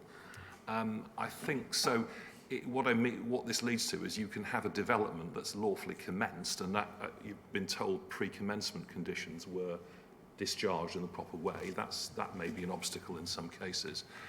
I mean, you really have to be very radically wrong to not lawfully commence a development. If I have a permission for one house in the northwest corner of the field and I dig a hole in the southeast corner, then you could say I'm completely wrong and I'm starting to build something that I've not got permission for. But I think in this case it appears to be my officer colleague's view, and I see the sense of it, that the development was lawfully implemented and commenced, and therefore on a worst case scenario for the applicant, they could still build in accordance with it, even if they have to do lots of demolishing.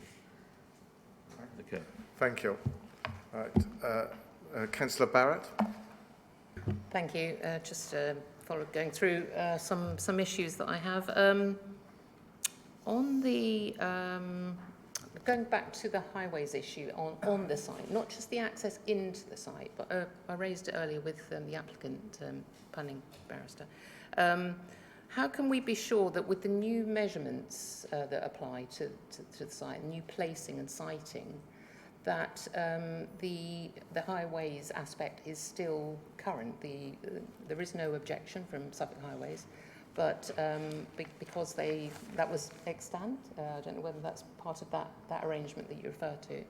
How can we be sure that that is still applies when there is some differences in siting of the houses? Suffolk County Council Highways were actually consulted on this application, and they've come back with no objection. They've seen the changes that have been made to the site, and on that basis they've raised no objection. Sorry, and just to add, because I think it's important that people have raised, the comments received back from the Highway Authority do go a little bit further than that, which is correct. But effectively what they've gone on to say is that they would object if effectively the conditions or the expectations of the original permission are unachievable. And in officer's opinion, it remains the case that the development is still achievable and in respect of those highway matters. And again, we're back to just looking at those individual plots that sit within that wider development that is approved. Mr. Bailey. Thank you, Chair. Just as the enforcement officer, just to remind you. Yep. Thank you, Chair. Just to clarify, the layout of the development is in accordance with the approved plans. It's canted round slightly within the site so that plot 5 is closer to the southern boundary, but the measurements between each of the buildings relative to one another is in accordance with the approved plan. Thank you. So my point being that there should be sufficient room within the site for the driveways and parking arrangements to remain as they are. Yep. I have. We're asked to consider fenestration, but we haven't heard anything really about fenestration. What is the particular aspects of fenestration that we should be considering? Fenestration is the window and door positions and their styling, which you saw on the elevations drawing. I can bring that back up for you if you wish, so that you can see them. Yeah, just show us.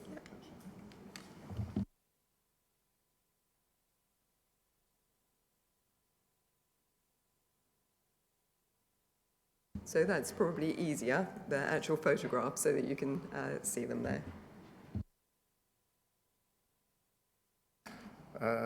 Have you any more, Councillor Barrett? I've got others wanted to speak. I'll come back to you. Yep. Councillor Busby. Okay, so we've looked at siting, we've looked at fenestration. The one thing that I don't seem to have an exact figure for is the change in site levels, ridge and eaves height. To me, the only important thing is the difference between, in the old plans, the difference between the ridge height for Byron House and the ridge height for plot 1, as per the plan, and the actual difference between the ridge heights now. Can somebody tell me what those two figures are? I'm afraid it comes back to you, Simon, again. Can you give us what was originally the ridge height and what the ridge height is now between the two properties? I would need to work those two out, but the difference is... No, it's not, sorry, it's not. I do need the enforcement officer to actually give an answer to that, and his answer will be the exact answer that we will have to accept. So he needs to be clear, and he says he'll get that information for us. Can you do that while we carry on? Thank you, Chair, but I have got a figure, which is that plots 1 and 2 are 0.39 metres higher than was approved, which is about 39, which is about 1.2 feet in old money. 1.2 feet. If you want me to find out what was approved and what they are at now, I can find that out for you. I'm not interested in actually what the heights were, it's just a gap. Yeah. How it's changed. That's the difference, 0.39 metres.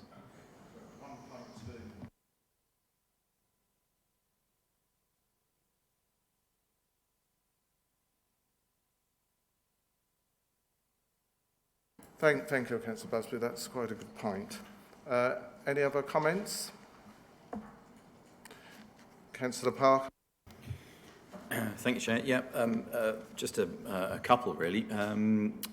If I can just deal with the legalities, there seems to be a little bit of issue around ownership of the access and who is in clear ownership, and that seems to be contended. But in any event, can you just clarify to what extent, how much weight do we need to give to ownership in any event? As a planning committee, doesn't matter whether it's here or wherever, how much weight do we need to give to ownership matters concerning such matters as access? Okay, thank you, Chair.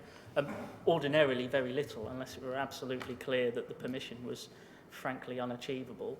But in this instance, officers don't believe that that's the case. We have checked the land registry details as recently as this week, not least for the site, but also the garage next door. And it appears that the applicant owns that access, albeit there is a right to use it for the garage next door. Councillor Parker. So to clarify that point, then, irrespective of whether that fact is right or wrong, it's immaterial to a planning decision. It's a consideration that effectively we would give incredibly little weighting to. I mean, ultimately, again, going back to the 2015 permission that was issued, it was the members' considerations there that the permission was achievable, and that still remains the case, regardless of whose particular right it is to use that access. Enforcement Officer. Thank you, Chair. We have the land registry mapping page open in front of us, and the east side of the access is under the ownership of the developer. The west side of that access is currently unregistered. Well, there is a strip of unregistered land beyond the application. Everyone's clear, because again, we have to make our decisions on the facts that have been presented by the officers and the legal people. Yeah. Sam, can you bring up the site location plan for me, please?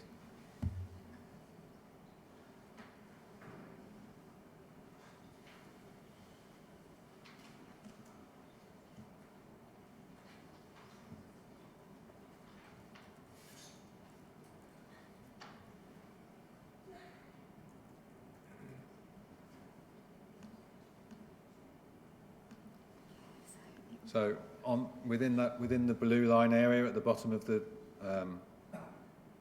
site, the eastern half of the access road is within the ownership of the applicant, and it looks like that on the western half there is no current owner. It's unregistered.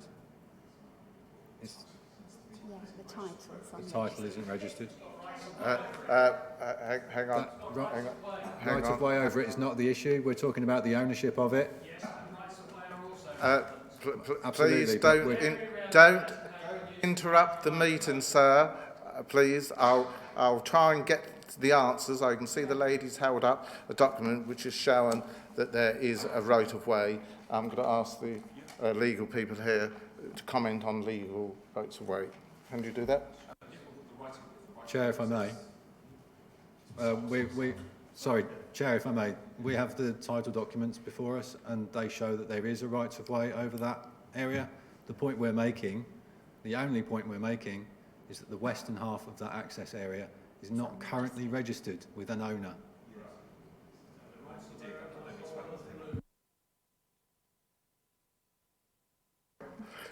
We'll carry on. Any other comments? Yeah, Councillor Chair, Busby? when I asked the question right at the start, somebody said that the applicant owned the whole strip. When has that suddenly changed? Councillor Busby, sorry, it hasn't changed. We're looking up to clarify the detail. That's what we've been doing whilst we've been going through the meeting. Because of your question, we've clarified the detail.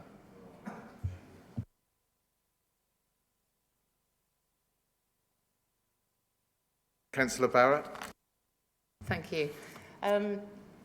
On the access part, I know the highways have not raised an objection, but because this in part has an existing access from previous use. If this was a brand new housing development and we were talking about access where a business was operating and vehicles were moving in and out, reversing in and parking for short periods and so on, would this really get planning approval with that sort of access? Or is it really because it's got a history of use in that manner? I know we don't have anyone from Highways here to answer that, but can we possibly give some view on that? Yep, we'll get you an answer. Well, I think there's two things. Ordinarily, going back to the ownership and rights of way points, it's the age-old thing that planners will say to you, these are civil matters and we don't really get involved in those. It remains an issue to be dealt with between whichever parties are relevant, whether there is an agreement or whatever to be struck. But the fundamental point here is there is planning permission for the use of that access for 6 dwellings. And as we've said, that permission remains extant. And that is the situation as it is. That's a decision that was taken by members 4 years ago. Still not objected to by the highways officers? Insofar as the development remains achievable, which is precisely the case. Yeah. Okay, thank you. Councillor Parker? Thank you, Chair. Right, heritage. So much was obviously made last year of the heritage impact and you know, the setting or upon the setting of the heritage asset, etc., etc. And obviously last year it was considered that the harm to the heritage asset was significant. And yet in this report we are being asked to consider that there is now only negligible harm to the asset. Now we're talking about the site here, or the dwelling situated within the site as a whole. But it just seems to me that this is a very subjective matter over whether there is harm caused or not. And I understand the sliding scales, etc., etc. So I think last year we were looking at something that was well, significant, less than substantial harm, or whatever the phrase is. Whereas this time we're being asked to consider that there is, as I say, negligible harm to be incurred. So can I just have, can an officer just explain to me how on earth that works? You know, given that we're talking about buildings that are only metres apart, why is there now considered to be negligible harm to the heritage asset? Well, I don't think there is an inconsistency. Going back again to 2015, members considered the heritage matters and felt that the development as a whole was acceptable. What's changed, and the decision that was taken last year, was that plots 5 and 6 were so, you know, grossly apart from what was approved that the difference, or the, you know, however you want to cut it, the impact of those plots 5 and 6 gave rise to such significant, or, you know, approaching the higher end of what might be considered a spectrum of harm, was unacceptable. and that was purely in relation to plots 5 and 6.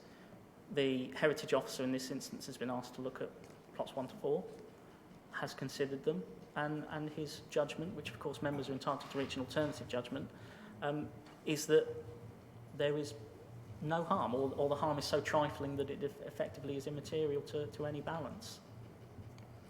And that is it in a nutshell. Thank you. Any other comments, members? Councillor Barrett, and I'll come to you next. Do lecturers have a point to make about remediation on the site? On the recommendation, it talks about contamination remediation agreed in the previous application.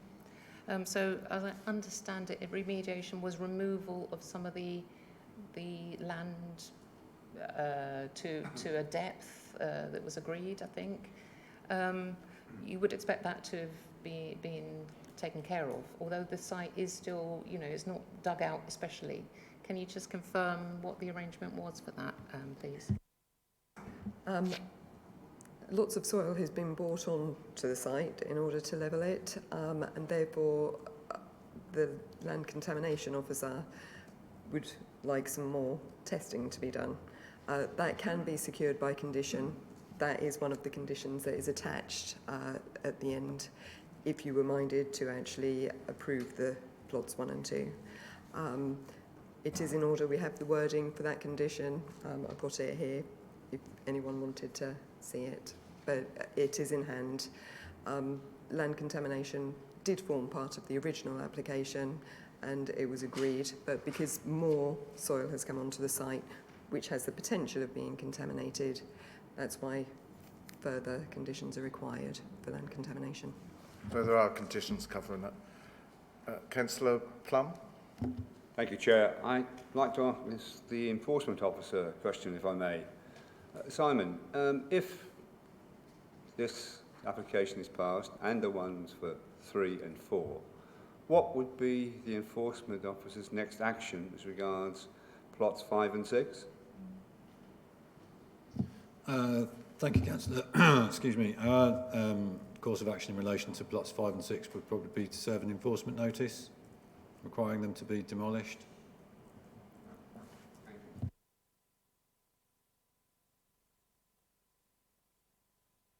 How quickly?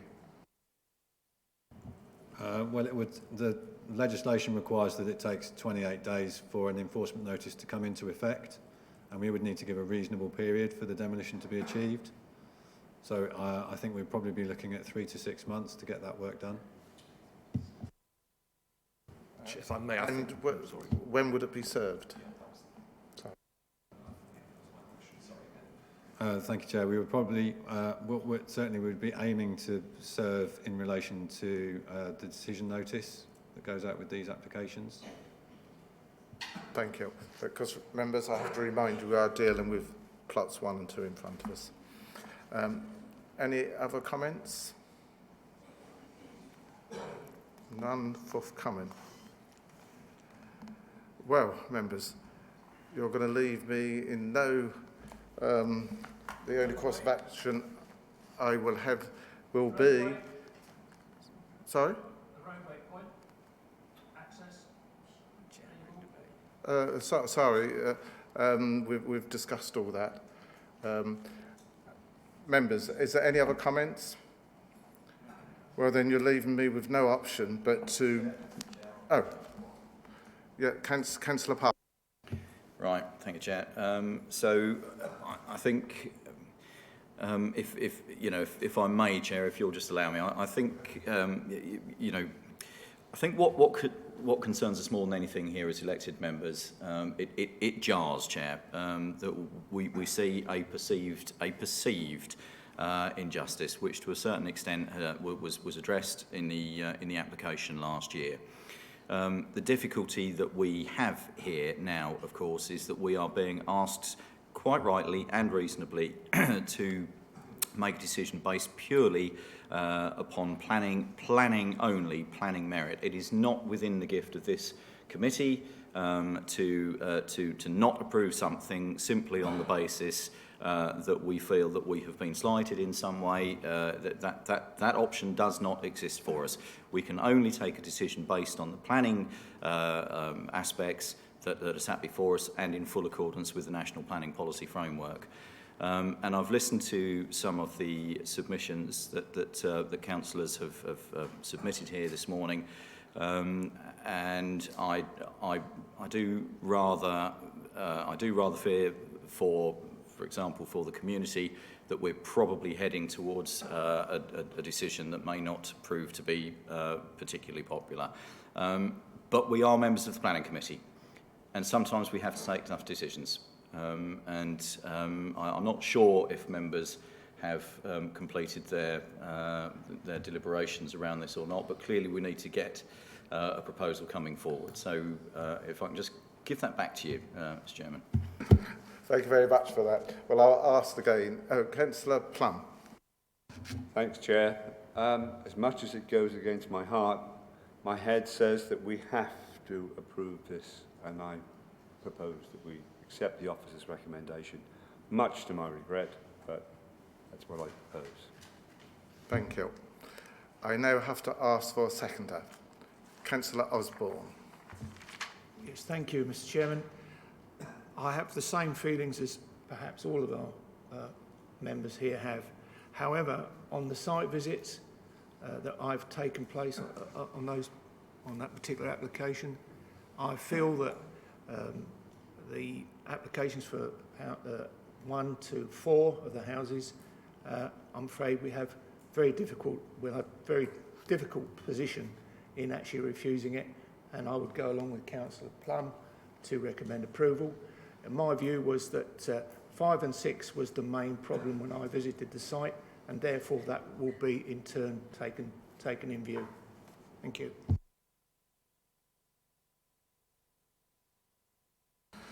I'm assured that we will not be fighting the appeals of any less figure than what we'd got. The officers will go hammer and tong forward on 5 and 6 regardless. So just to be clear there.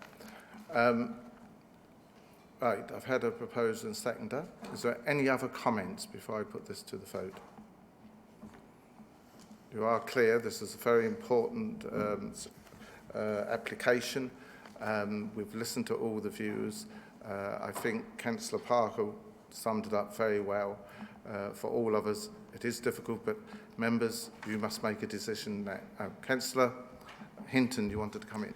Sorry, Mr. Chairman, just a quick point before we actually vote. I wasn't present for the previous decisions concerning this application site.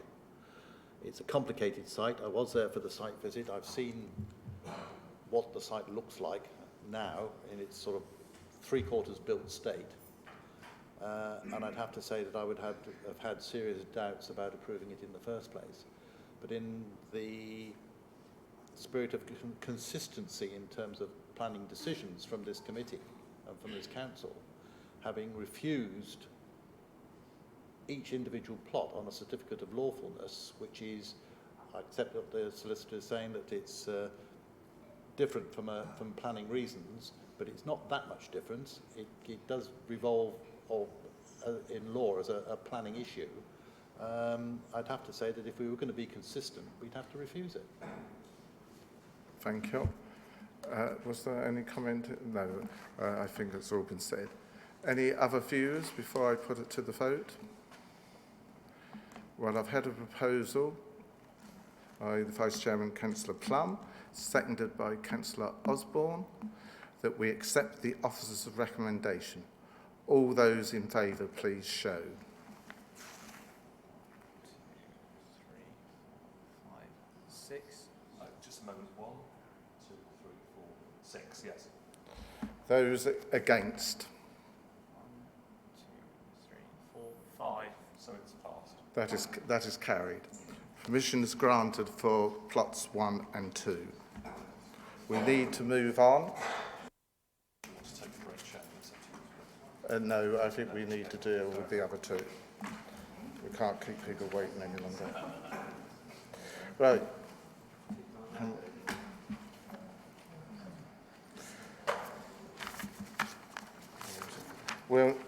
Will now members move to item 5B on page 55. Samantha.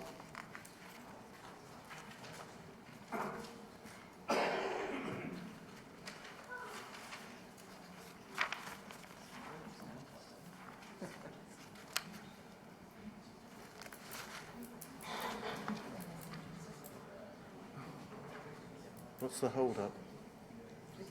Just got to get through the presentations, yeah. Oh. No, we're going to get these done because people are waiting. Okay, the second application can be found on page 55 of your agendas. This application relates to plot 3 under application DC 19-01427. Plot 3 is a detached 2-storey dwelling with attached garage. This is a 3-bedroom dwelling with some traditional detailing, which includes a jettied first floor, a chimney, relatively small windows. The use of materials are characteristic of Bures. These are photographs of the front elevation. These photographs are taken from the first floor window. The views are of plots 5 and 6. And the garage on the right-hand side. Plot 3 does not raise any issue of residential amenity, and Heritage have raised no objection to the scheme. This application is recommended for approval with conditions as set out on page 65 of the agenda. Thank you. Thank you for that. Can put the lights back on. This one is streamed to the other one. Right, Parish Council, Jill Jackson again.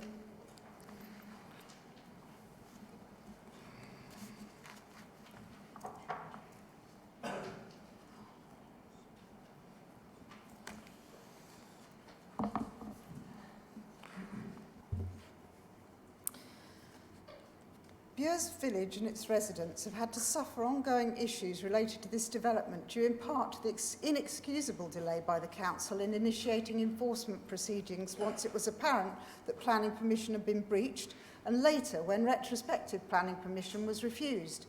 Had enforcement proceedings commenced earlier when they should, the council was bound to have refused the planning application by virtue of section 70 of the Planning Act. It appears that the applicant, by bringing and appealing lawful development certificates, has deliberately forestalled the beginning of the enforcement proceedings to get around section 70. For this reason, amongst others, the council should adopt a rigorous approach to the application, taking full account of every significant reason why the previous application was refused.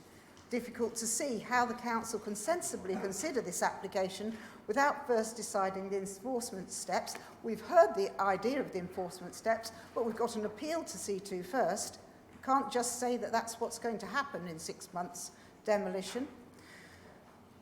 This application invites us to consider a house which is screened by a property which is not part of the current round of applications. This meeting does not actually know the outcome for plot 6, which is subject to an appeal not to be heard till November. If we are asked to imagine the impact of plot 3 without plot 6, then some of the objections to plot 6, as we've said, is so important and upheld by the Planning Committee in July 2018 and leading to refusal of permission, will have now applied to this plot. The difference between plot 6 and plot 3 is proximity to the listed property. Plot 3 has an oversized relationship with the adjacent modest-sized traditional vernacular property, White Horse House, when plot 6 isn't there. The unacceptable harm previously attributed to plot 6 was contrary to paragraphs 17, 56, 57 and 64 of the National Planning Framework, in that it does not secure high-quality design, is not of a good standard of amenity for all and future occupants of land and buildings, does not contribute positively to make the place better, has not achieved high quality, does not establish a strong sense of place, use streetscapes, buildings to create attractive, comfortable places to live, work and visit, does not respond to local character and history and reflect the identity of the local surroundings and materials. These issues do not relate solely to the proximity of the plot to White Horse House, so are not solely on plots 6 and 5, if we've been mistakenly led to believe this morning. John Davis, planning officer for Babergh in July 2018, saw this development as a poor design that failed to take the opportunities available for improving quality and character of the area and the way it functions. So I invite you to dismiss this application on the grounds cited by your own officer last year. Thank you very much. Just remain there for a moment. Enforcement officer, did you hear the start of the lady's speech? Well, I'm going to rule that I'm going to allow you 1 minute to start from the beginning again, because I think, in respect to you, you deserve to have an answer to those points that you put forward. But you was out of the room, so if you just go on for 1 minute and I'll stop you, which I think will pick up all the questions you posed to the enforcement officers. Okay?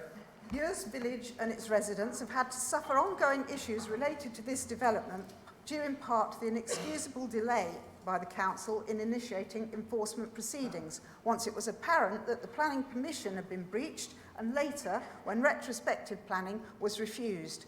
Had enforcement proceedings commenced earlier when they should, the council was bound to have refused the planning permission by virtue of section 70.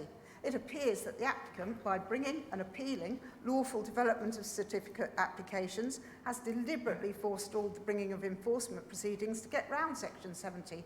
For this reason, amongst others, the council should adopt a rigorous approach to the application, taking full account of every significant reason why the previous application was refused.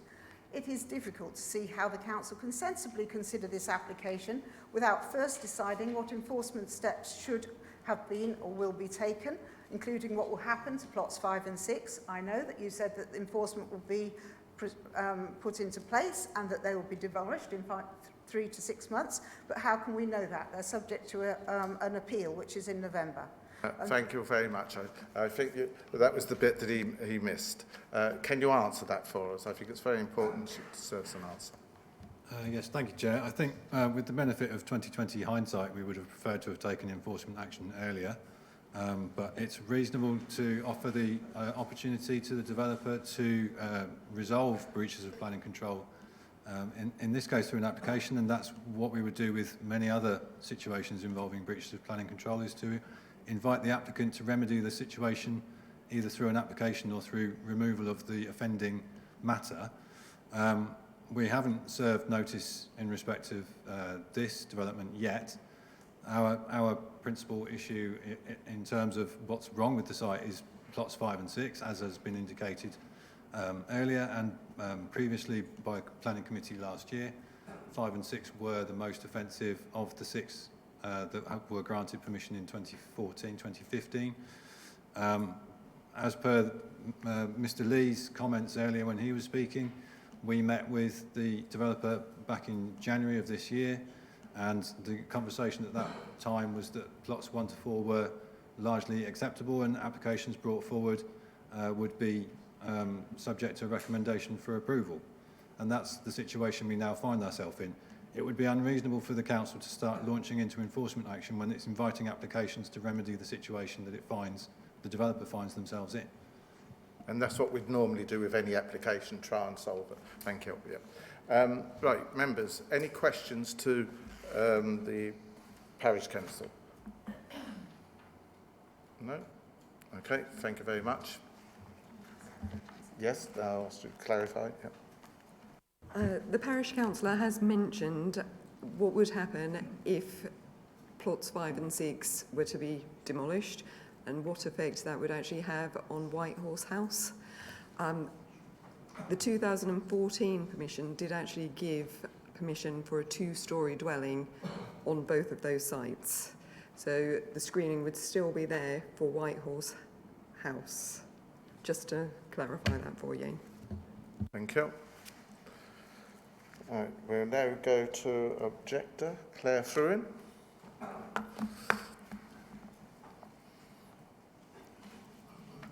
You have 3 minutes in which to address the committee, and at the end of it, perhaps you'd remain seated or standing. I'll see if there's any questions for you. Thank you. Thank you. My name is Claire Frowen, and with my husband and our 3 children here today, we've lived in White Horse House now for 13 years. We feel fortunate to own a Grade 2 listed building and we value its history. But our home is now dominated and overlooked by the site. Windows look into our kitchen and my children can't play in the garden without their every move being watched. This is despite a 9-foot fence hastily installed ahead of your site visit. In October 2017, 2 years ago, we could see how much the ground on site had been raised. The enforcement case was opened and we breathed a sigh of relief. Instead, the pace on site visibly increased, up to 12-hour days, 6 days a week, and the houses shot up. Plot 3 is over 2.6 metres higher than White Horse House. Original plans showed the same roof level. At just over 20 metres away from us, on ground now 2.3 metres higher, the house would tower above us. Both the ground floor and bedroom windows would look straight into our home and garden. Surrounding houses, White Horse House, Byron House, Cuckoo Barn, Eversley, all have the same roof height as our home. And as you've seen, Plot 3 dominates the skyline by metres. How can the level of harm identified last year by Heritage across the site, the whole site, have just disappeared this year? Plot 3 is much closer to us than the 35-metre distance required to avoid overlooking. How can the harm caused by Plot 6 to White Horse House disappear by a matter of metres? And why has it not been applied to Plot 3? The final access is still uncertain, but a 2.3 metre difference in ground height means it will be a steeper gradient than recommended by highways. You've unfortunately not heard of James Finch's piece, and he made this point very clearly. Ramps shown on the plans would need to be up to 10 metres long to be even DDA compliant. There's so many unanswered questions. How could potential occupants even access Plot 3? It's unknown. A retaining wall has been built in the area previously shown on plans for reversing from Plot 3. I don't believe there's still space to manoeuvre a car and safely leave the site in forward gear. And this is all on a gradient now of 1 in 5. We had the support of Councillor Finch and our MP James Cartledge, who's taken this to the House of Commons. Instead, my husband James and I have been verbally attacked for our concern that these houses do not apply with the original planning permission. Emails were sent by the developer to Bures Primary School, where my children attend, defaming me as a governor and my character. And with the support of our head teacher, we've had to involve the police. We've received letters from the developer with false allegations, threats of taking us to a court and the financial costs of this process. And this has happened because we've stood up for ourselves and our village. But with a unanimous refusal last year, we know that we were right. But it's had a devastating effect on my husband and I. We're an ordinary family, but we've had to endure intimidation, slander, and attempts to falsely accuse us of criminal activity. We're trying hard to protect the future of White Horse House. On behalf of us and the village of Bures, people here today, please stop this happening. Thank you for that. I'll see if there's any questions. But members, just remember, please refer your questions to planning matters. We note and hear what you've said, but we have to deal with the planning aspect of it. Any questions? No? Okay, thank you very much. Is there anything you wish to comment on what you've just heard? No? And that's the applicant. The applicant, agent. Mr. Lee. Yes. Yeah. Mr. Lee, would you wish to come forward and address the committee? You don't have to, but you have 3 minutes if you wish to.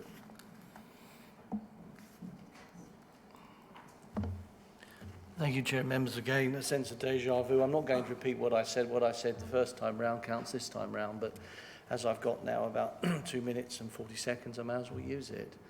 Can I pick up some points? Your chairman quite rightly says decide this on planning matters, but no doubt you're human and quite understandably you're affected by what you hear. It's not the place for me to be able to defend my client.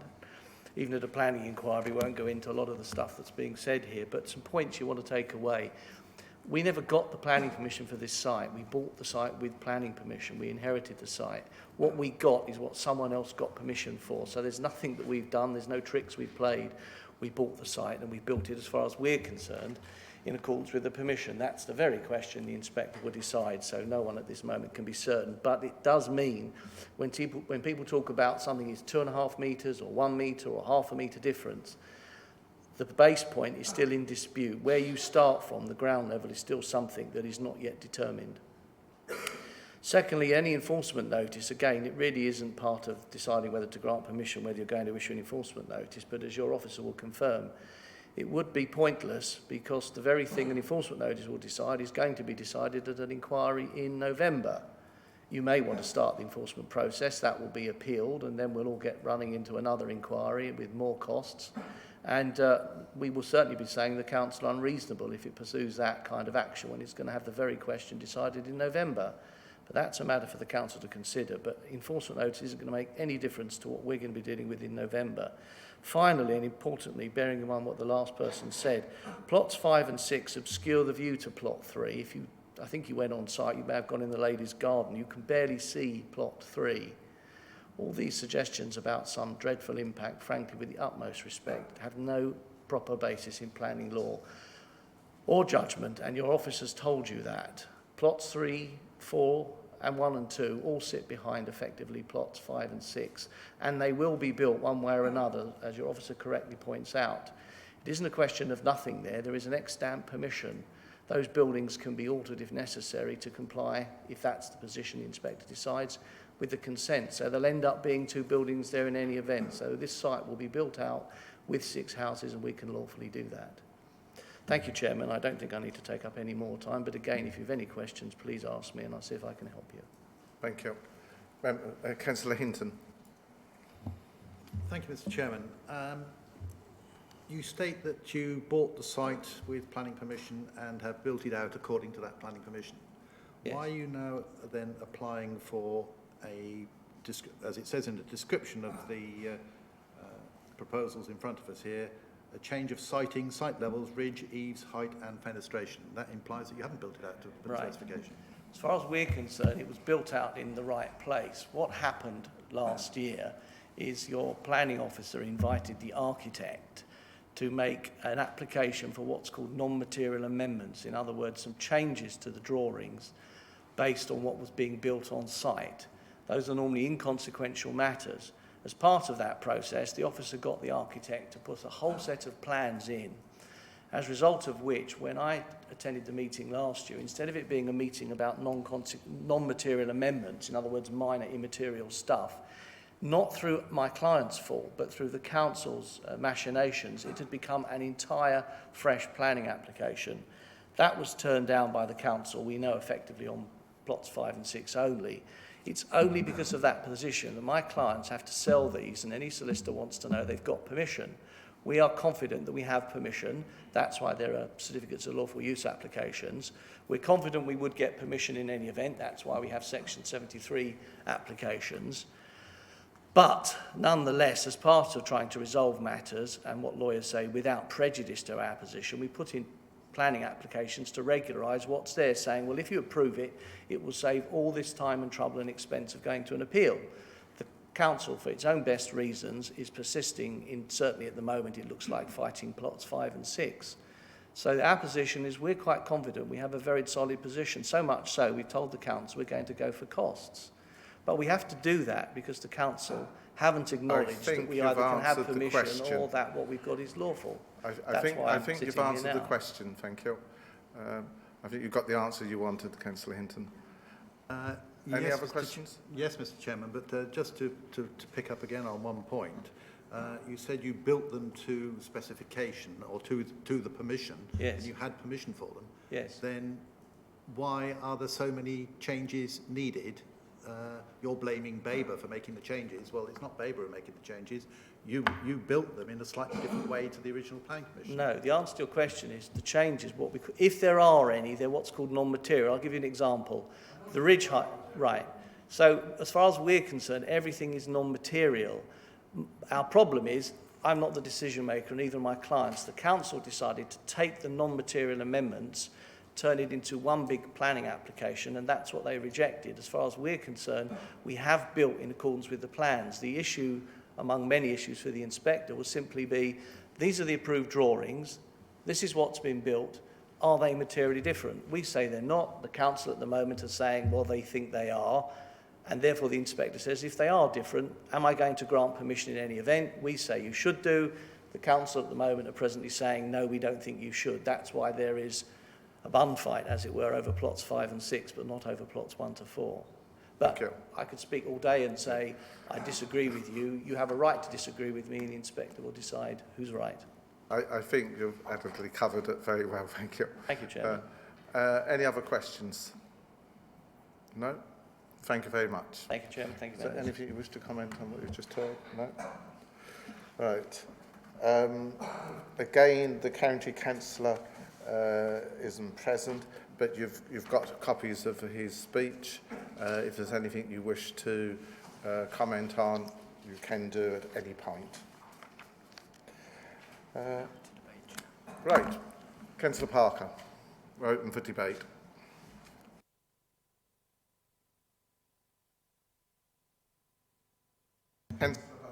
Yeah, same question as the last time. Again, what is the difference between the height of... Thank you for completing. I can, yes. The difference for plot 3 is just over a metre. That's down to the difference between what was planned. The difference between what it was granted planning permission for in 2015 and what's currently built, it's a metre higher.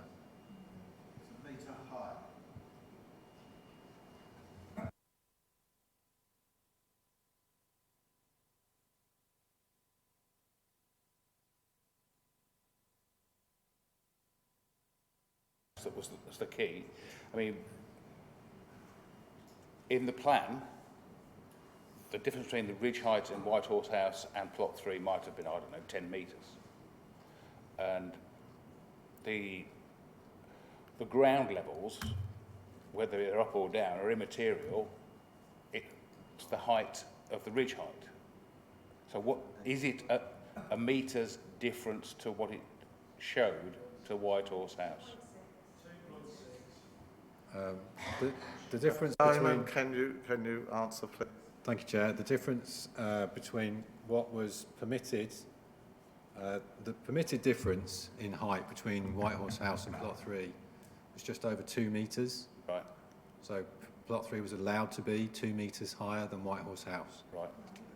It's now 3 metres higher than White Horse House. Right, so it is a metre. So the difference is a metre.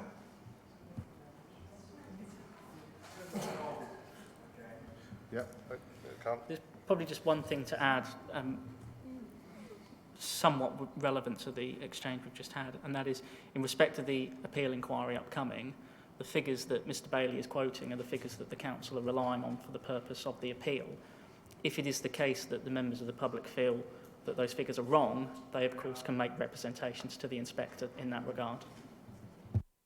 So they will still have the opportunity to try and to persuade the inspector that the differences are far greater than what the council considers.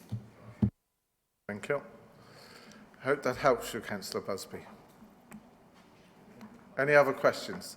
Councillor Hinton. Thank you, Mr Chairman. A question for the planning legal advice that we have sitting up there. Based on my exchange with the applicant, I understand what a material... Can you get nearer to the mic, please? I understand what a material difference is, and it is the fact that it's different from what was actually approved. So it is built to a different specification, if you like, than what was allowed. Whether that's a big difference or a minor difference is something we have to decide upon. But it is not, as I understand it, up to us as a council to put in a planning application for an applicant on the basis that he has a material difference that is greater than it should be. Chairman, I think I'd need to defer to a colleague about the process that led us to 13 months ago when we had the Section 73 application. What a non-material amendment is a minor change to a planning permission that has a much more straightforward process and less consultation attached to it. But as its name suggests, it is a minor change to a planning permission. And obviously in this instance, the council was not willing to accept that collectively or individually what was going on fell in that category. And if I've understood correctly, my colleagues insisted there should be a Section 73 application. But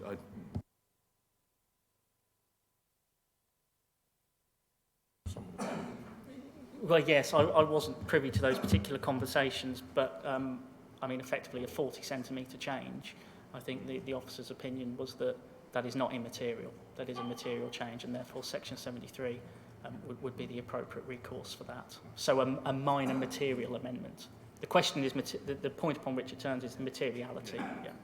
Councillor Hinton. To come back though on that, the fact that we decided that it wasn't a minor difference means that it's then up to the applicant to put in a section 73. Well, yes, the applicant submitted a section. Well, yes, the applicant submitted a section 73 application to effectively regularise the entirety of the development. Members considered it as such, but the reasons for the refusal only related to the harm of plots 5 and 6. That was where that unacceptable balance was struck. Any other comments, members? No?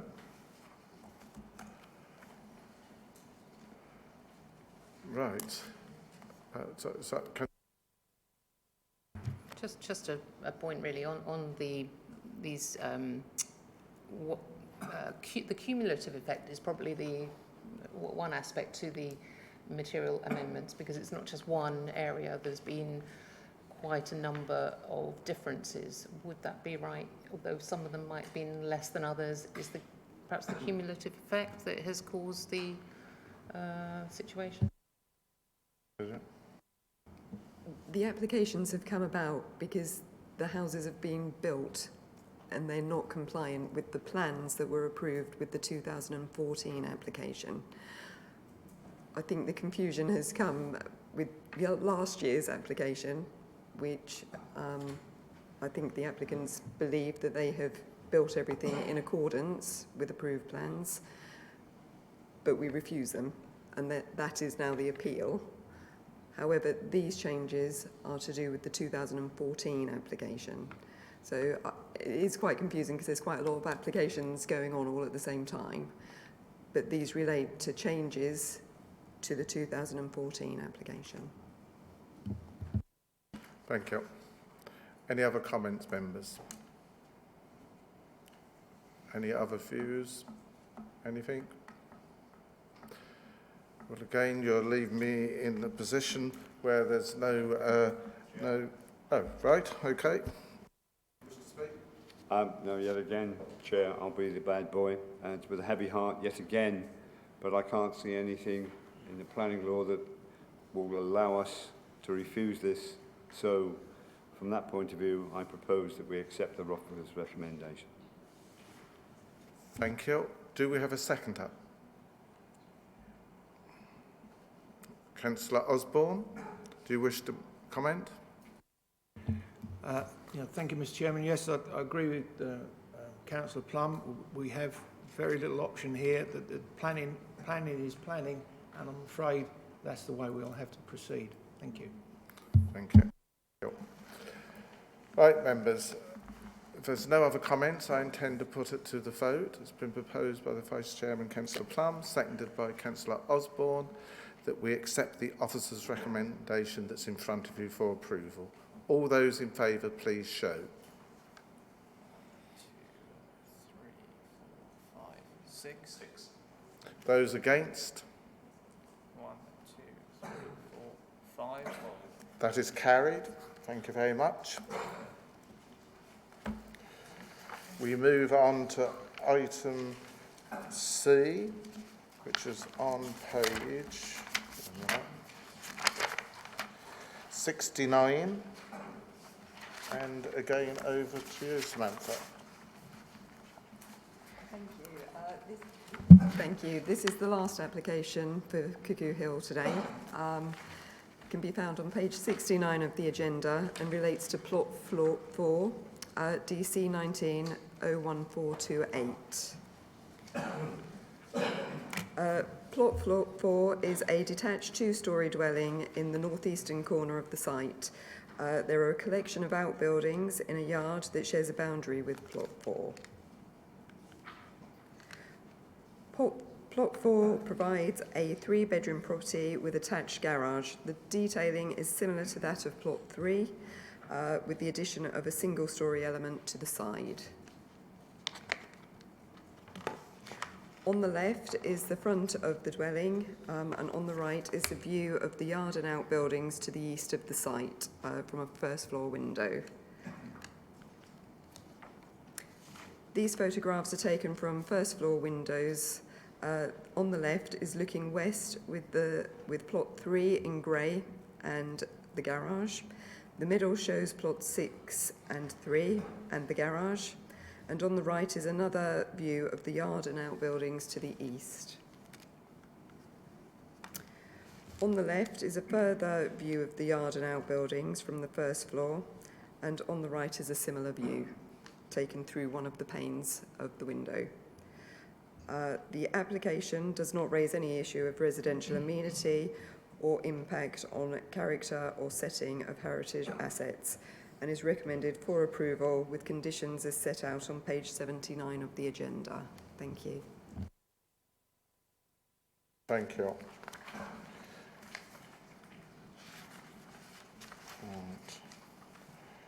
We have Jill Jackson again from the Parish Council.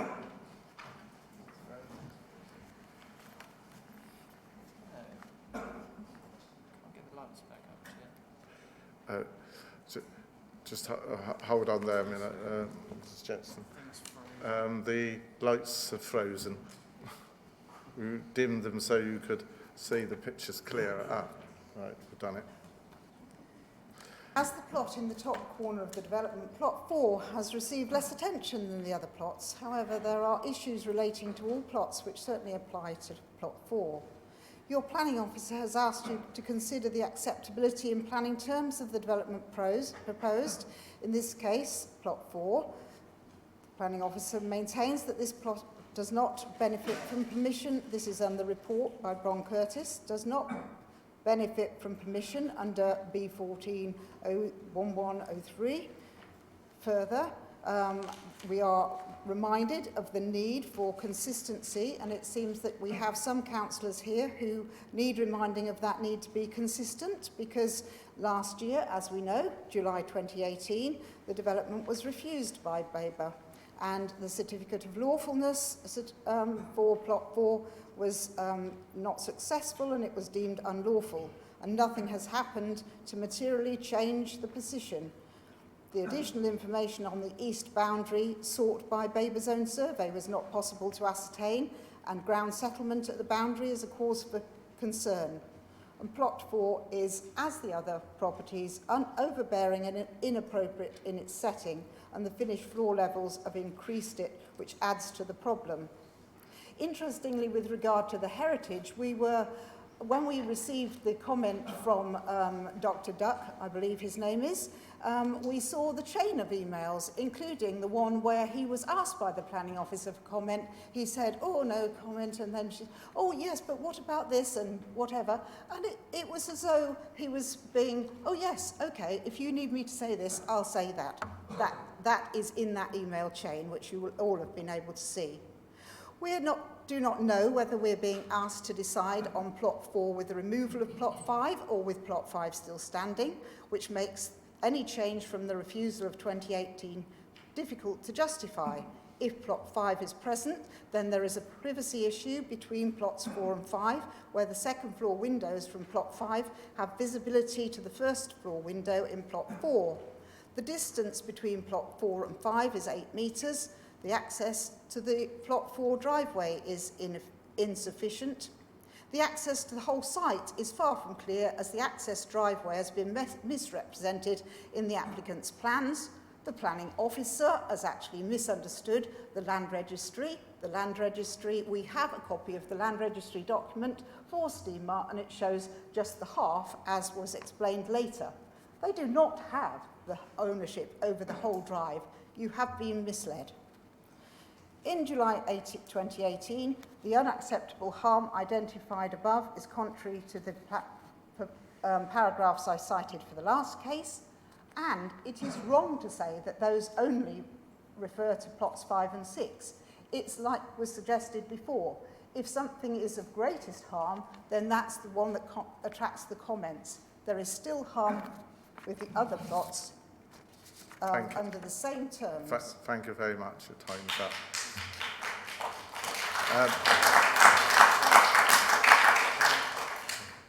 Members, I will ask you, have you any questions for the last speaker? No? Thank you very much. Any comments you wish to make? No? No. Thank you. Right, we'll move then to an objector, which is Ken Butcher.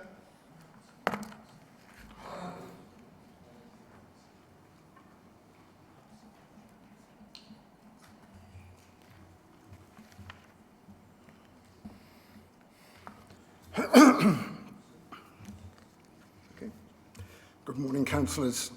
I speak as a member of Keep Bures Beautiful, a group of residents who realise the potential of our village as a leisure destination and see that the future prosperity of our village may well depend on its unspoilt character.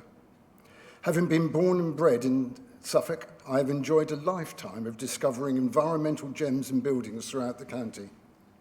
I've also been aware of the efforts of others to preserve these places and grateful that others have made the efforts that they have. In 1967, legislation was passed allowing the creation of conservation areas, and in 1973, all of the historic core of Bures St Mary was identified as being worthy of just that designation, a conservation area. It's not just a title. The 1990 Town and Country Planning Act made it a general duty of decision makers, that's you, to have special regard to protecting and enhancing conservation areas unless there is an overriding public good to be achieved by doing otherwise. It's clear by looking at Whitehorse House and its environs that previous decision makers have had this duty very much in mind when granting planning permissions. In the 46 years of the conservation area being in existence, 3 new dwellings that might impact on the area around Whitehorse House have been constructed. Just a few doors up the road, we have a 1.5-storey dwelling built in the 1980s. In the 1990s, Mullions was built in St Edmunds Lane and was cut deeply into the hillside to reduce its overall height by several metres. And in 2006, Byron House was built, again in St Edmunds Lane, and with an overall height exactly the same as Whitehorse House. These buildings did not arrive in their form by chance. It was a requirement of planning law. I'm sure that the building heights and locations were taken into account by Council in 2014 when granting permission for this site. And indeed, the submitted plans indicated that the heights of the planned dwellings were to be sympathetic. However, when it came to construction, it was realised that the plans as submitted could not be built out. The builder didn't choose to contact the council for advice or submit an amended plan for approval, but ploughed on. While officers can recommend that you grant this permission, it is not them who are bound by law. It is you, the decision makers. To proceed to grant a permission in this case, you must be convinced of some public good in so doing.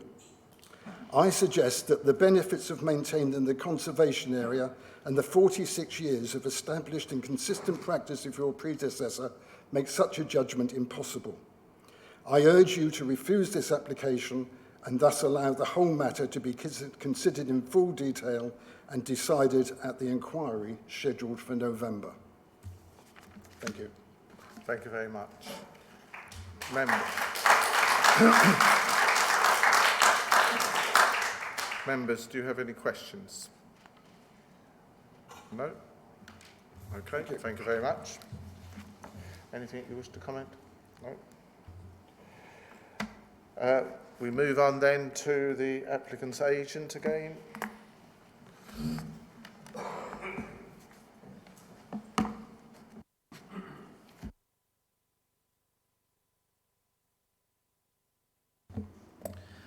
Chairman, members, one last time, on this occasion anyway.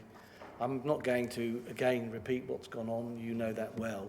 What I will do is pick up on 2 rather important points, and your legal advisor will no doubt confirm this.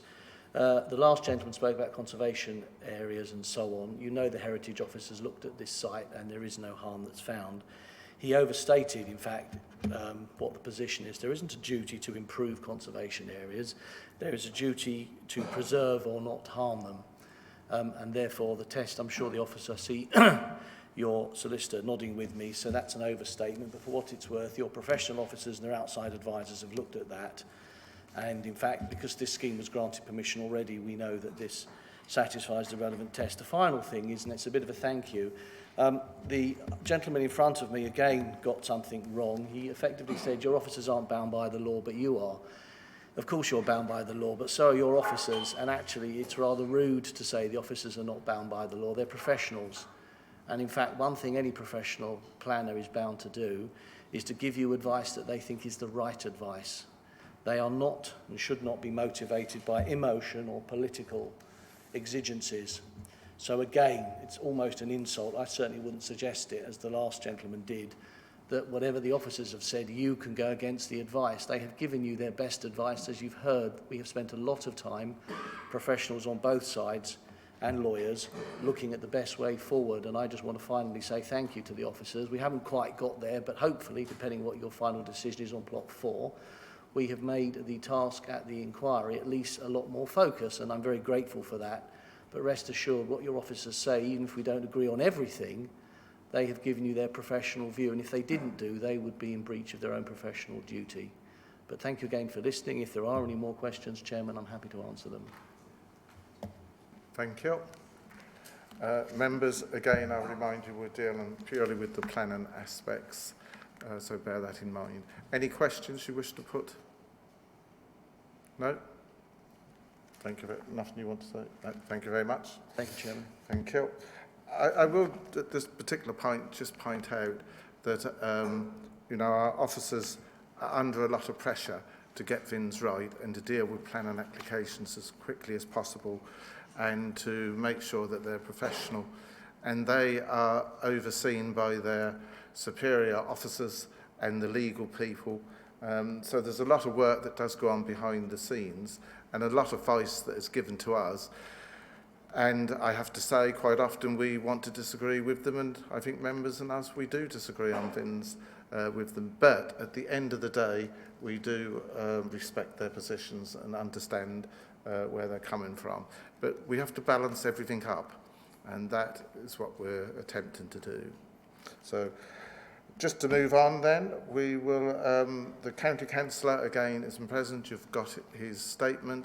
If there's any comments that you wish to question or anything, you can do that during the debate. And I'll now open the debate. Who would like to start? Let's put it that way. Councillor Busby, there, that's good. Thank you, Chair. Just over a metre.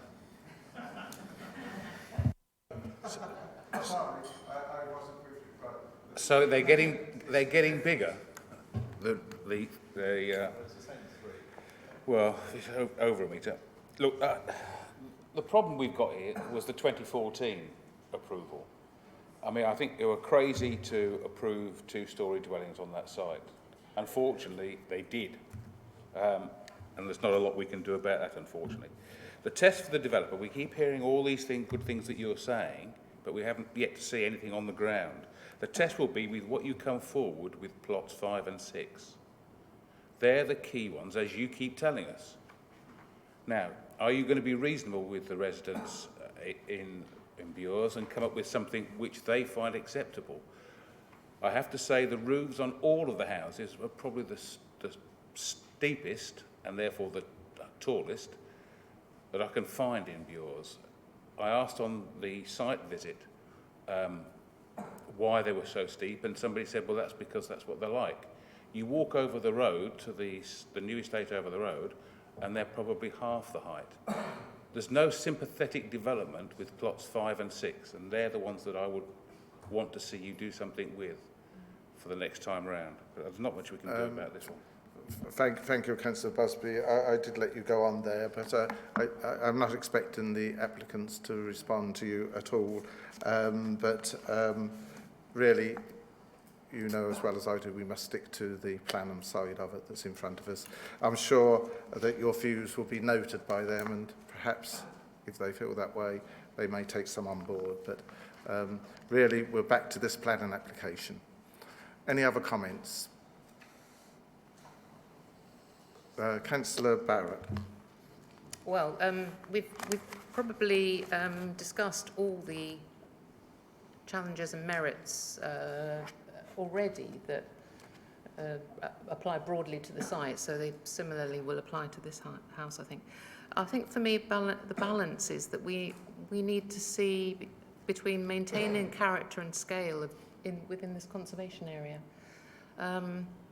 So yes, it's a brownfield site and it does replace some unsightly buildings, but the scale of these properties does not match some of the neighbours, Byron House and White Horse House.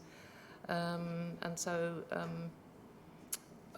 you know, I feel that I can't support this house also. Thank you. Any other comments? No. Councillor Plum. Looks like it's fallen to me again. Oh dear. Yet again, with a heavy heart, may I propose that we accept the officer's recommendation. Do I have a second up? Councillor Osborne, do you wish to comment? Thank you, Mr. Chairman. Yes, again, I have the same situation as Councillor Plum, but however, we're here. Let's get the thing resolved. Thank you. Thank you. Any other comments, members? Councillor Parker. Yeah, thank you, Chair.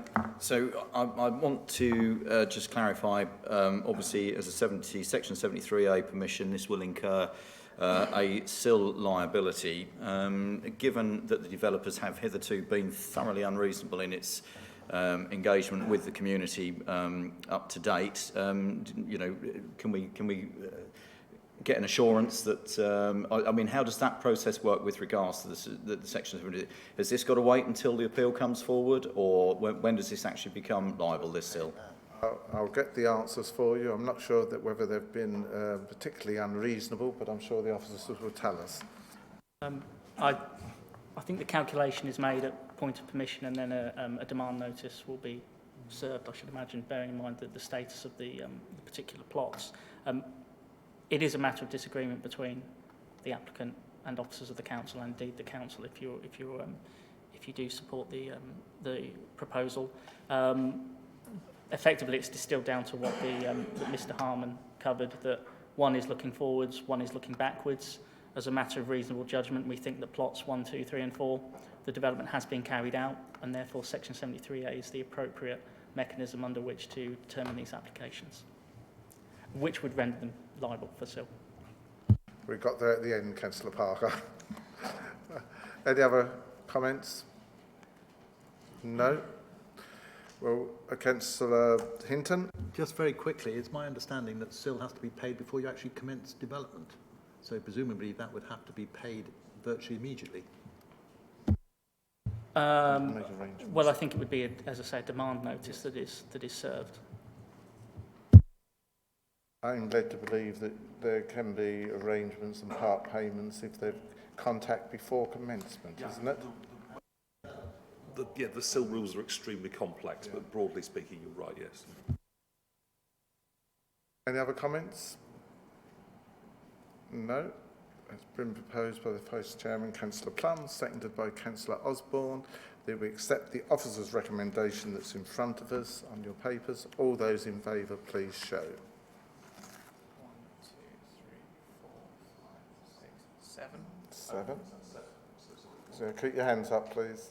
Oh, we've picked up one. 7, yes. 7. Okay. Those against? 1, 2, 3, 4. That is carried then. Thank you very much. I'm so sorry, Chairman. I think, did we get that right? I just want to make this, given that this is so important to a lot of people, yeah. I wonder if we might make sure we got that right. Right. I got it 7-4, but anyway, let's do it again. Yeah. Please show in favour again. 1, 2, 3, 4, 5, 6, 7. It's Councillor Owen has changed her mind, which is fine. So you've listened to the. That's right. So that makes it 7. Those against? 1, 2, 3, 4. Okay. I didn't think I'd counted wrong, but we've got it correct. Then that is carried. Thank you very much, members. That is the Bureau's applications dealt with. We have Hadleigh. Members, do you wish to have a 5-minute comfort break? Well, what is the time? Membership and then Yeah. break share. Yeah, we'll have a but please be back by 12.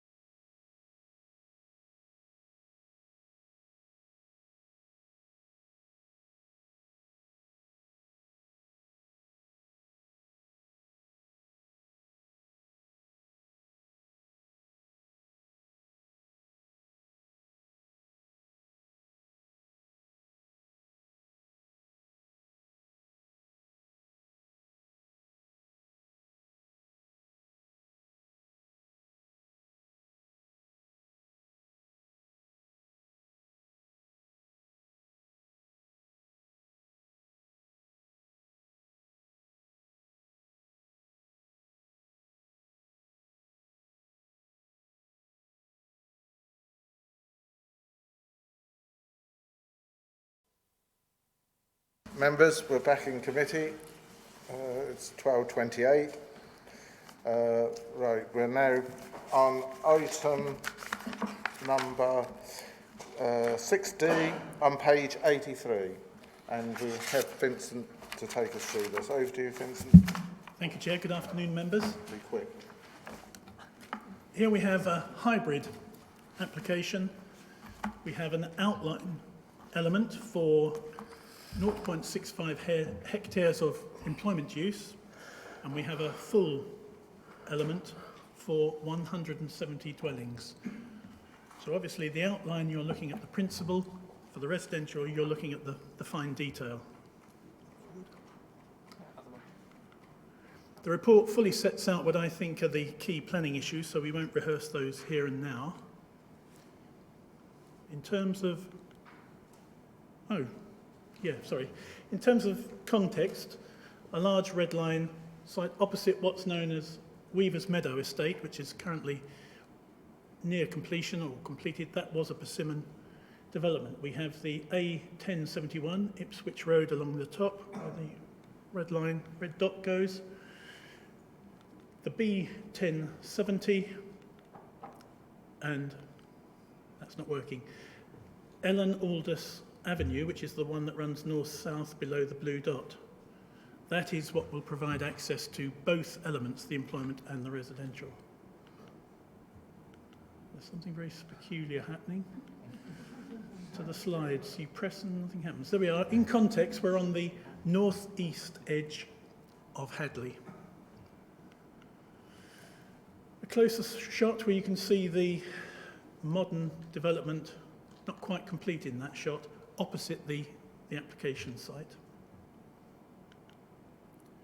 In terms of constraints, very few constraints affect the site. There is a footpath, public footpath, that runs through the middle of the site, shown in the green dashed line. There is one to the south, but outside the site. And there is a scheduled monument up at the top with the little black dot that is flashing. So relatively unconstrained. Another shot taken from the air looking northwards of the site, which sits in there. If we swing round and take it from a different angle, what you'll notice is that the site already has 3 access points built at the time of construction of Weaver's Meadow and Ellen Aldous Avenue. They will be used for the next phase of development if you are minded to grant planning permission. In terms of the local plan, this site is contrary to the local plan allocation in as much as it is allocated for employment uses. So obviously the residential element is a departure from the local plan. The biscuit-coloured area, HS15, was identified for residential. That is now Weaver's Meadow. In terms of your emerging local plan, the site known as LA029 is the application site. At the moment, that is still allocated for employment use and not residential use, but you'll notice LA028 below it is identified for up to 500 dwellings, employment uses, community uses, including sites for a school, sites for a community centre. But the only way that you can bring LA28 forward is by having LA29 developed in terms of the sequence of events. We have had some representations that I didn't have the chance to put into your report, and I do need to run through them very quickly. Hadleigh Town Council has reaffirmed its objection to the proposal. They cite, contrary to land use allocation in terms of the residential element, they don't believe that the footpath network included in the scheme is sufficient to provide safe movement. They're concerned that retail use within the employment area would undermine Hadleigh's shops. I'll deal with all these in turn as we go through the presentation.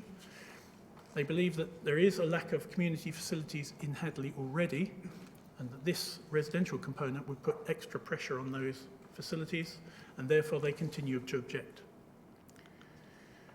Suffolk County Council Water and Floods, they have some technical issues that they need to resolve. My feeling is that if members are minded to grant planning permission, we can deal with those by way of condition as Section 106 agreement is being negotiated. The NHS have written to say that they will not be looking for contributions towards extended GP services. Suffolk County Council Infrastructure have indicated that the majority of the bids that they would normally ask for can be dealt with by SIL, were this to get planning permission, but they have asked for £294,165 as a contribution to early years build costs, and that is requested through Section 106. Suffolk County Highways have no objection. They've just recommended some conditions. In terms of neighbour letters, we've had an additional 8 objections from people living within Weaver's Meadow estate, and 1 that we described as being neutral. I've set out on the screen all the reasons that have been cited. Most of those are already in the report from other objectors that we received earlier. What I've done is highlight in red the ones that aren't, in my view, well, in planning view, material. There was reference to general dislike of the proposal, but that isn't specific enough. There's reference to loss of property value. Members will realise that that isn't a material planning consideration. There is concern that there isn't sufficient information accompanying the outline planning application. I think that just is a confusion as to what you would expect with an outline. As we're only dealing with the principle, we don't have a lot of information. That is quite normal. And there is concern expressed that there are no bungalows within the scheme. That is not correct, because there are bungalows within the scheme, and I will point out the location of those. So in terms of the outline element, that's at the northern tip at the junction of Ellenordus Avenue and the A1071. This is shown as 2 buildings, one of 5,500 square feet, one of 4,500 square feet, but that is only indicative. In the initial submission back in 2017, this has been on our books for a number of years, this was going to be residential, and as officers we felt that didn't create a balanced proposal. So we have negotiated employment use at this northern tip. The advantage here is that it now has its own vehicular access, as shown with the turquoise triangle. Originally, the access was further down and be shared with the residential element, and we didn't think that was particularly safe, nor did Suffolk County Highways. So that is a big advantage. In our view, this is achieving potential for jobs. Also, the council, not that it's a material planning consideration, but I think members would be concerned that there is a significant loss of employment land involved in this application. How on earth do we ensure that jobs are provided? The answer is this site would be transferred to the council for £1, and we would be able to deliver development and jobs that we thought appropriate through our own resources. In that way, Persimmon, who aren't a commercial developer, they're a housing developer, don't have to worry about trying to do commercial development, but the council would do it instead. And of course, we still have phase 2, if that gets through the local plan stages, with a significant amount of employment development within it. So what we're looking at here is a balance, because we do know that we need additional housing at the moment. We do know that we can't demonstrate a 5-year housing land supply. This, we think, is the right balance to strike through creating jobs for ourselves, for the people of the district. A very good mix of units are now included, something we didn't have before. So there's a broad range of 1-bed, 2-bed, 3-bed and 4-bed units. We don't have the big monster 5 beds, and we don't have a majority that are the 1-beds. The earlier scheme was 171 starter homes, but it was, I've described it in the report as mono tenure. There was very little variety, very little balance. So this is effectively a completely new scheme that's emerged over the 2 years that we've been negotiating. We do have the 35% affordable housing. We do have a good split between rented and shared ownership. We have achieved pepper potting throughout the whole of this estate, so we don't have one enclave of affordable housing. It is mixed. It is tenure blind. They will look like the rest of the houses on the development. In terms of storey heights, and that you might not be able to pick it out there, but in the, can we use the pointer? Yes, it should be the mouse. Where's the mouse gone? We've lost a mouse. Ah, here it is. Okay, thank you. Bungalows are now included here, in this area, which is good because that's adjacent to an existing garden. So we've been thinking about trying to minimise the impact for neighbours. But the majority of properties are either 2-storey, there's a smattering of 2.5 storeys, and there's one element that's 3-storey at the bottom here, which is a gateway feature into the estate from the south. Again, parking meets your standards. It's hard to discern what I'm trying to show on there. That's merely to show that every plot, we've worked out all the parking spaces for every plot on there, and we're satisfied that it complies with your standards, which is good. In 2017, we disliked the design immensely, so much so that we said if it stayed in that form, we would recommend refusal. What Persimmon did is respond positively to that reaction from us, and we began renegotiating. But why it was so poor is we had the shared access points on there, but what we had was all the parking, virtually all of the parking, was out at the front of the properties in sort of hard standings, right the way through the estate. And whenever you looked at those properties from a public vantage point, you had to look at the dwellings through large areas of parking off the street, which we thought wasn't the sort of character that you would expect anywhere else in the district. So it was very car dominated. And again, all that red represents parking within the street scene. Nothing was beside or behind or in garages. So what we now have, and we have an access point at the south, the existing access, and an access point at the north. But what we've done is we've worked with Persimmon to create character areas. So the piece in the middle, we've tried to design with them as a village green. So you'll notice all that yellow is continuous frontage of dwellings. There is a large area of village green. The public footpath that exists will stay and run through the middle of the site, but there are no vehicles within the fronts of those properties.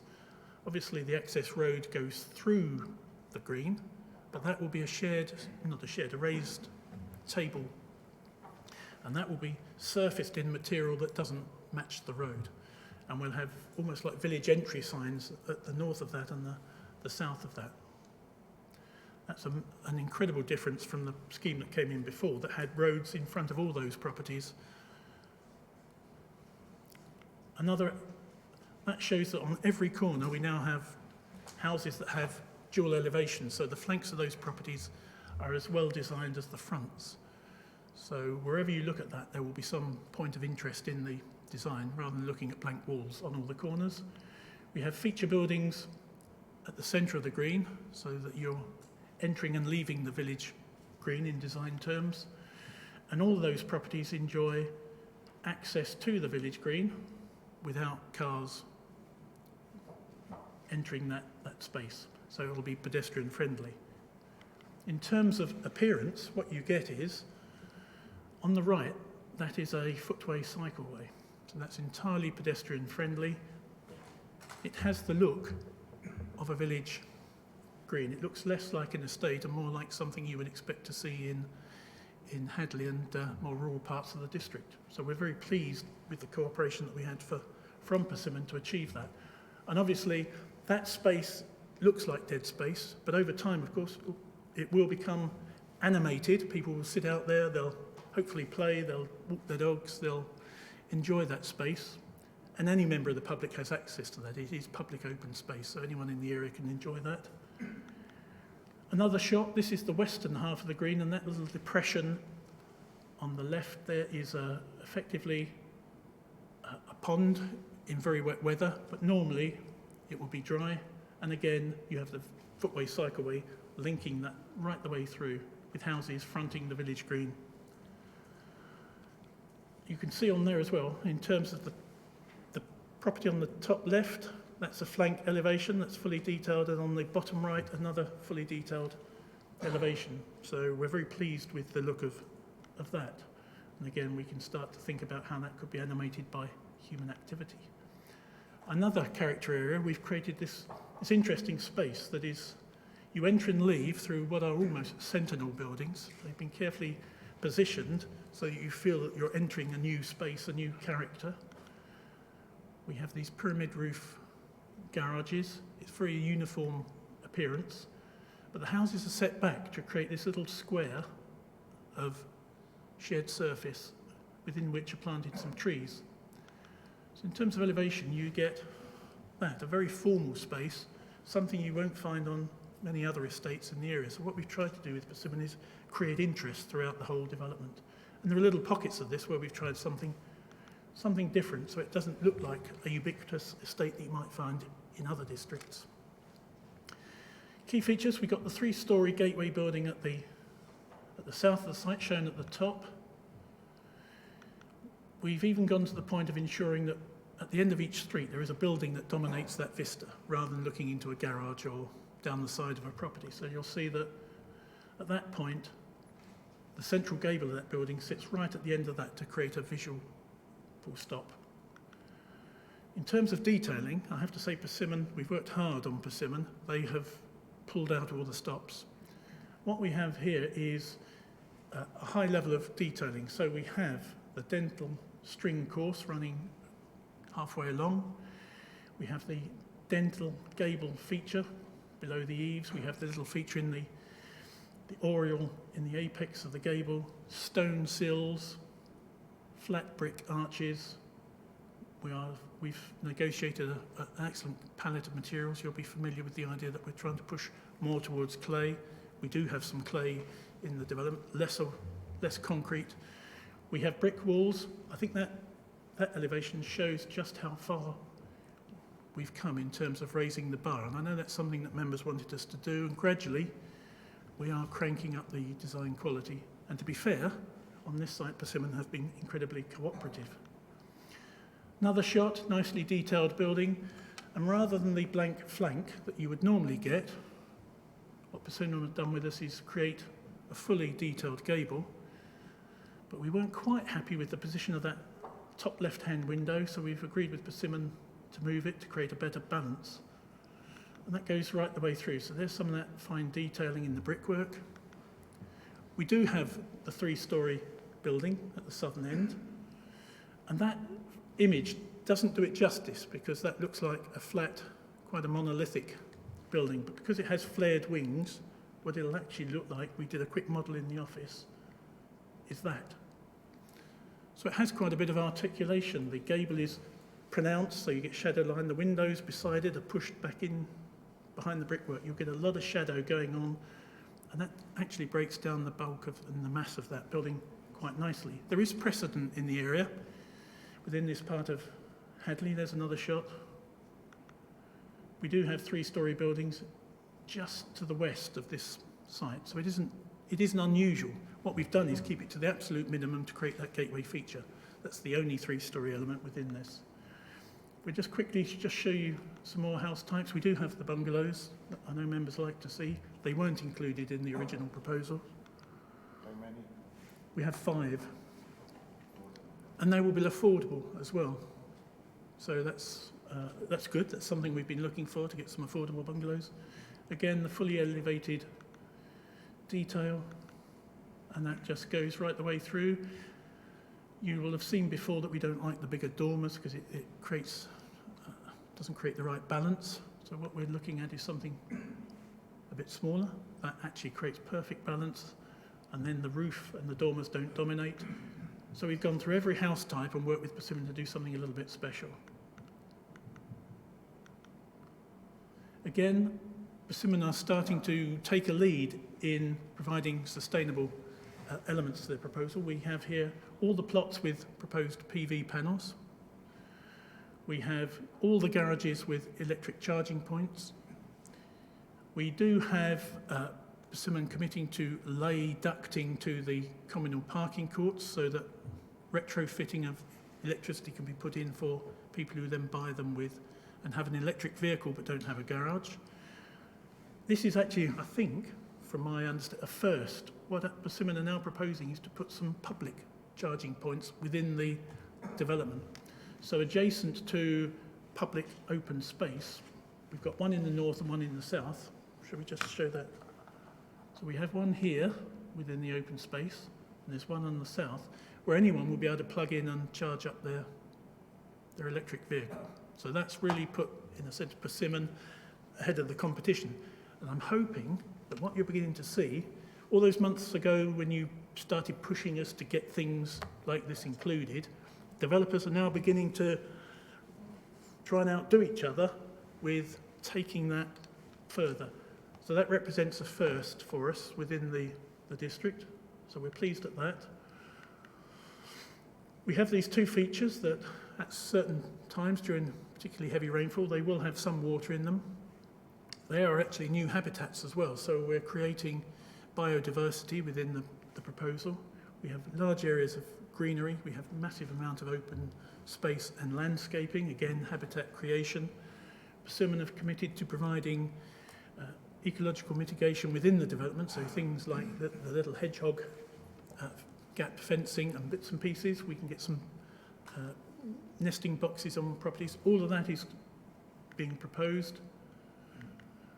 We even have a circular gym trail, and what we're going to ask Persimmon to do is provide gym equipment that people can use when they're out recreating. You can go out and pump iron or do some press-ups or bench presses as you go around. There I've just shown the gym trail, but there are a myriad number of footpaths that run right through this development and link it to the outside world. So it links it back to the Hadleigh and the residential development to the west, but also the countryside to the east. I have suggested some recommendations to changes to the recommendations simply because we had additional comments received. I don't know whether they have been circulated. So the extras that have come forward, we did know that they'd be coming, was the request for money from Suffolk County Council for the education. We are looking for a contribution towards the Suffolk Coast Recreational Avoidance and Mitigation Strategy.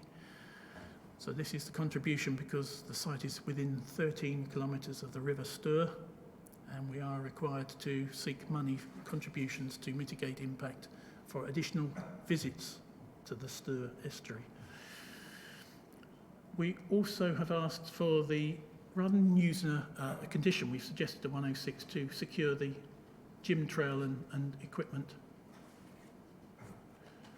So in a nutshell, that's a very quick run through the development. We are recommending approval as set out on the modified recommendation. Thank you, Chair. Thank you. Right, members. Well, we have no parish council rep, we have no objector, we have no supporter, but we do have the applicant's agent. Stuart, if you'd like to come forward and address the committee. You know the procedure, so I won't run through it with you.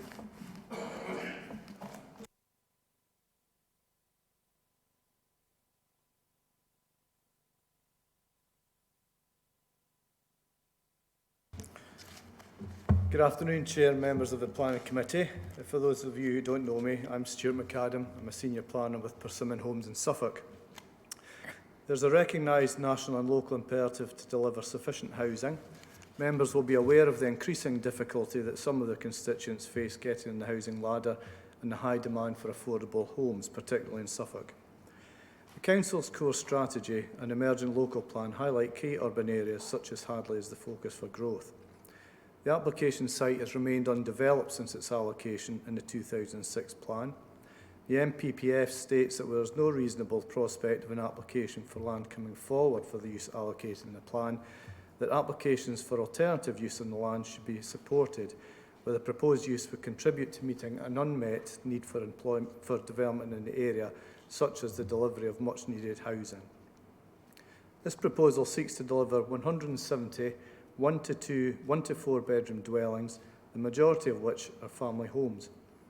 However, it also retains part of the site for employment use, which would provide 10,000 square feet of commercial floor space suitably flexible to allow for a number of end users, which could deliver in excess of 40 jobs. The proposal includes policy-compliant affordable units, 60 in total, which accord with the requirements of your housing officer. These units would be secured through a legal agreement which can ensure that priority is given to local people who are currently on the housing waiting list. The submission follows positive discussions with your officers over a lengthy period of time, as you've heard from the case officer, and significant amendments have been secured which we believe will deliver high-quality design and layout. A key objective is to provide a green development that's environmentally sustainable and which includes energy-efficient homes incorporating PV arrays capable of delivering a saving of 10% in CO2 emissions, electric charging points for vehicles, ultra-fast broadband to all homes, and a gym trail and circular footpath network around the site. The point I would like to make is the key objective of the government, which is to supply a significant boost in the number of new homes delivered. Persimmon Homes is committed to delivering new houses, and as owner of the site, can deliver these units well within the 5 years, as detailed in the delivery statement submitted and agreed with the Council. While the proposal contains elements that are contrary to the adopted local plan, we believe there are overriding material considerations that outweigh any harm. Boosting the Council's housing supply, delivering high-quality housing in a highly sustainable location compatible with surrounding land uses, and retaining employment land which would be transferred to the Council for £1. I welcome the positive officer recommendation and I hope that members can approve the application. Thank you for affording me the opportunity to address you today. Thank you. I'll see if there's any questions for you. I have one which I just want to, I put it to Vincent at the briefing, but I am assured that the footways and footpaths on the site are all sort of be tarmacked rather than these grassed verges that you know I'm referring to that you had on your Great Cornard Persimmon site, which were an absolute disaster. I don't think there's any on this, I'm told, so I'm quite pleased there. The other question is that render. People are beginning to say that there's too much render on some of the houses that are being produced nowadays, and I note from what you were showing us, there's a lot more brickwork, which is good. So certainly Persimmon seems to be listening. So I hope that you know, you'll take that back to them. That certainly I'm very pleased to see the improvements they're making. But you can confirm that there are no grassed verges which will become an eyesore. Yeah, in terms of verges, we're happy to agree details by means of a condition. We will be presenting detailed landscape drawings which will be required under that condition. We're happy to give consideration obviously to concerns that you've got and happy to come to an agreement through the officers to deliver that. Thank you. Could I dare say, come and repair all the ones you left in Great Cornard for Simmons' cost. But anyway, at the moment I'm picking that bill up through County Council. Anyway, I'll see if there's any questions. Councillor Ayres. Thank you. Very impressed. It looks fantastic. I just have 3 questions, really. One of them is we have a problem with an estate in Sudbury where Suffolk Highways haven't taken on the roads. Who will be responsible for the roads?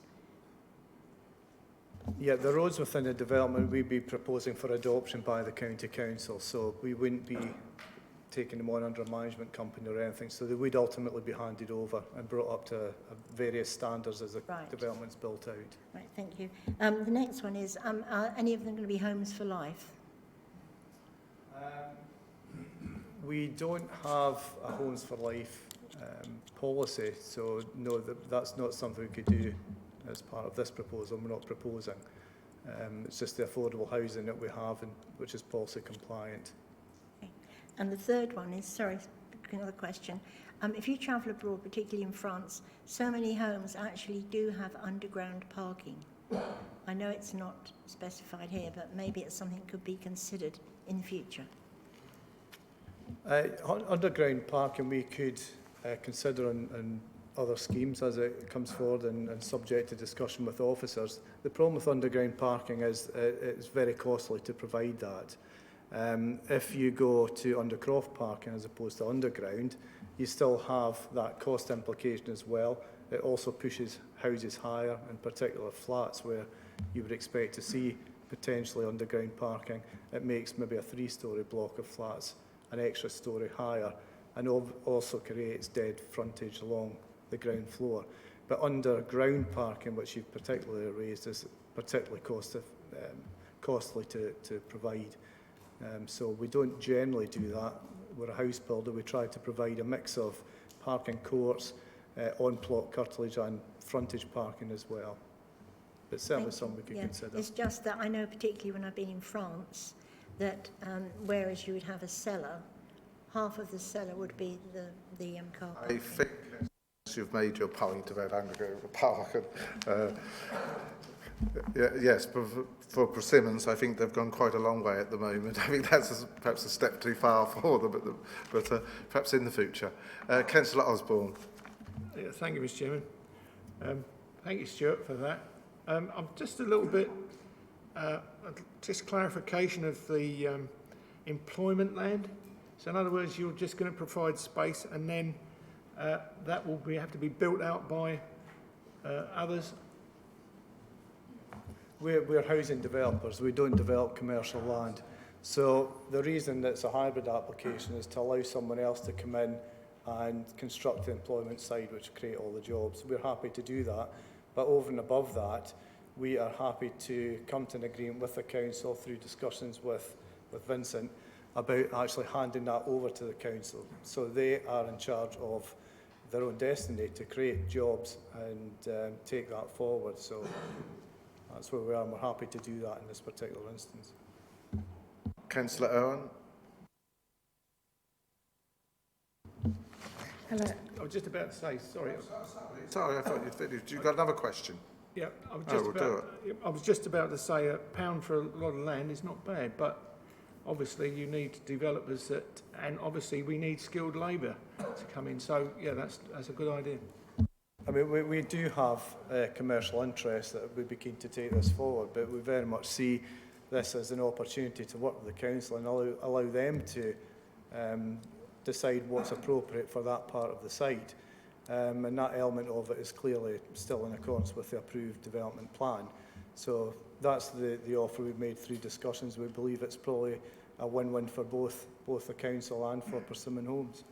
It's definitely a win-win. Councillor Owen. Thank you, Chair. Yeah, absolutely great to see the greenery and everything else. Would you be having a management company to sort that out? That's still up for debate. I mean, the situation with many councils now is they don't want to take on these areas because of the burden and the costs involved in that.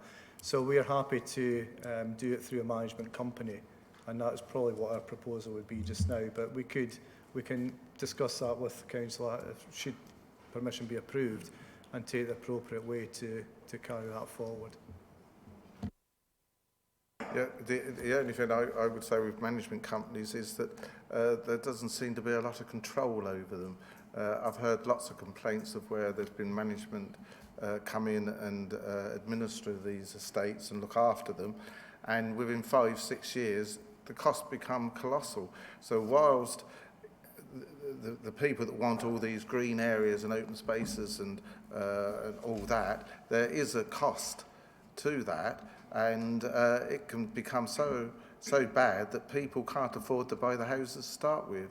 And just recently there's been, I think somewhere in Sudbury area, there's been one highlight, it might be Long Melford actually, it's been highlighted where these costs have gone silly. I know you've no control over that, but I think it's something, it needs a fresh look, something like that. I'm not sure management committees are the right answer to solving these problems, but that's just my view. You don't have to comment. Councillor Osborne. Yeah, I'll just state that People's Park was very much like that, but what they've done is that the actual management of that park has been done by the trust and 2 directors, which are of those houses that are there. However, it does cost £400 a year for each of those houses. Councillor Busby. Yeah, don't like management companies. I mean, I think our policy is that it's handed over to the village or town council to look after, to start with, which is a better way of doing it, because why should a new housing estate have to pay twice for precept? You know, just because your house was built 10 years ago when we didn't have management companies and the town council looks after that site for nothing, it should look after all the sites. So you just spread the cost. So I'm reminded, Councillor Busby, we must ask the question. there is. This is as good a question as yours was, Chair. I'm confused with why we're bringing this site forward rather than the one that is designated for housing, the 500, and we can't have access to it before this one's developed. I couldn't understand that. Could you explain? Well, this site's coming forward primarily now because we own the site and it's a site that we can develop out. But it's not viable commercially to provide service plots, for example, and we're not commercial developers, we are housing developers. As your officer said, it makes sense for this site to be developed out first and lead into the second site. That's another site that we have options on, and you know, applications will come forward for that site as well for housing. So you have, you own it, or you have options to own it? Because that to me that site is far more central for Hadleigh and looks better placed for residential than the site that we're talking about this morning, which actually would be better for, as it was designated, for employment. The only thing, and if you develop it all out for employment, is you have to pass the employment uses to then get into phase 2 as it comes forward as well. And as part of the public exhibition work we did on the original application, which has been changed quite radically, is that the people living in Weaver's Meadow don't want to see employment opposite them. They'd rather see housing in that particular location. Thank you. Is there any other questions? And I'll go to the officers otherwise. I'm still not sure why it's better to build a site at the top, and then if you're going to develop the site out beneath it, you've then got to bring all of the traffic through the built-up site to get to the second one. It's the question you need to put to the speaker. Well, that's what I've asked. I'm trying to get Well, he's given you an answer. You don't agree with it, so we'll have to pick it up with officers, I think. Councillor Hinton. Yeah, it comes to that point really as well, because the larger site has got something like 7 hectares of, 5 and a bit hectares of employment land, whereas this site is a total of just over 7 hectares, and was originally designated to be all employment land. Drinks all round on Strasbourg. It just seems a bit strange that when this site as a whole, including Weaver's Meadow or whatever it's called now, came forward, it was split as housing that side, commercial that side. So when it was developed, it was on the basis it was going to be commercial on the other side of the road. So to say now that you don't like commercial on the other side of the road is a little bit strange. Your question to the speaker. Keeping commercial property as close to 1071 or 1070, as possible, makes a lot of sense. Moving it away further into the new part, the larger part of the thing is illogical. Would you like to comment on that? Well, only to say that the nub of the site at the top of the site, the plan's not up now, but that will be a commercial area which is viewed from the bypass. 10,000 square we'll lead metres. people into that. But you know, we've owned this site now for some considerable years, and no one is coming forward. Indeed, the only employment application that came forward to the council was rejected because of the impact of the B8 use on the residential properties. So that failed, and no one else has shown any interest for employment on that particular site. The time will tell whether the employment allocation, which was highlighted in the core strategy and the emerging plan, will indeed come forward for employment. What we hear is that there may be scope for some service plots. These service plots could, in effect, be provided in the northern nub of the development if that's the way the council choose to to develop that out and allow businesses to expand from Hadleigh, for example. But we just can't find anyone who's interested in taking the site forward. And it was allocated in 2006, so it's like some quite considerable time now that it's lain vacant. And you know, we see it as an opportunity, as I'm sure the council do, to provide much needed housing and address 5-year land supply issues. We own the site, we can get on site, and the statement says that I agreed with the council, shows that we can deliver all 170 units well within 5 years, probably just shy of 4 years we can deliver all these units out. So I don't know if that fully thank answers you. your I think question. you've answered that enough. The site is deliverable now. Any other comments? Any other questions? Sorry. No? Oh, yes. Councillor Barrett? Yeah, and it might fall under the question about the management committee, but who would pay in the future for the maintenance of the gym trail equipment? Because that's obviously probably more than your average play equipment. That would all fall under, well, if the council didn't take it on, we don't really expect the council to take on this site, it would fall to the management company. As part of the details of the management company, we would have to submit that and agree with the council what we are proposing to do and what form the management plan would take and what would happen on an annual basis, the number of grass cuts, equipment, when it would be replaced and the like. So it would be dealt with under the management company. Follow-up, with your experience of Persimmon and the developments, is this sort of equipment used? Because I've seen it in parks where you never see anyone using it. It's not like going to the gym. Well, we believe it is used. I've used it myself, not very often, but I'm not very good at it, and it tires me out. But you know, the experience is that it will be used, and the beauty about the gym equipment is that it can be used by a range of ages as well. It's not just young people, but it's older people as well, just to keep trim and give them a purpose for doing that circular route. So it is beneficial, and I think it would be used. But we're happy again, by condition, to deal with the specific equipment that would be provided. So if there's one type of equipment that isn't particularly attractive, then we could substitute that for something else. So we've shown illustrations, but we're happy to discuss with the council and the Parks and Recreation Service what would be appropriate here. Thank you. Any other questions?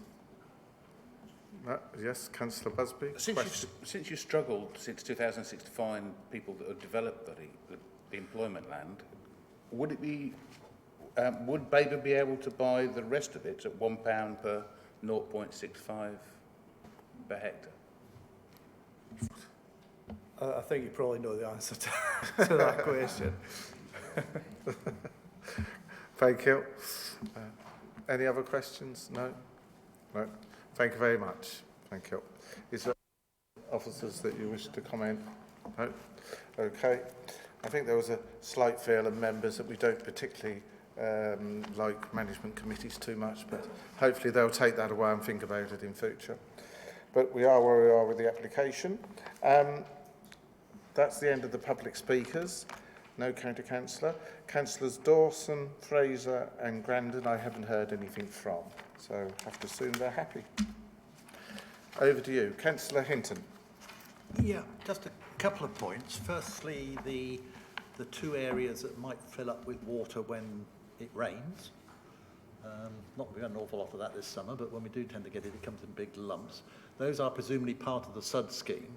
Are they going to be managed by the county council, or are they going to fall under the remit of this management company? And will there be suitable health and safety equipment provided in case somebody falls into it when it has got water in it? The second point would be the three-storey elements that were so proudly promulgated by the officer in their strange round-the-corner type sort of layout. Are they flats or are they dwellings that are 3 stories high? Lastly, there are several other properties on the site that appear to be sort of are they 2.5 or are they 3-story? Does accommodation in the roof on a two-story property make it a 3-story one, or is it a half a story? Vincent's happy to answer all 3 questions for you.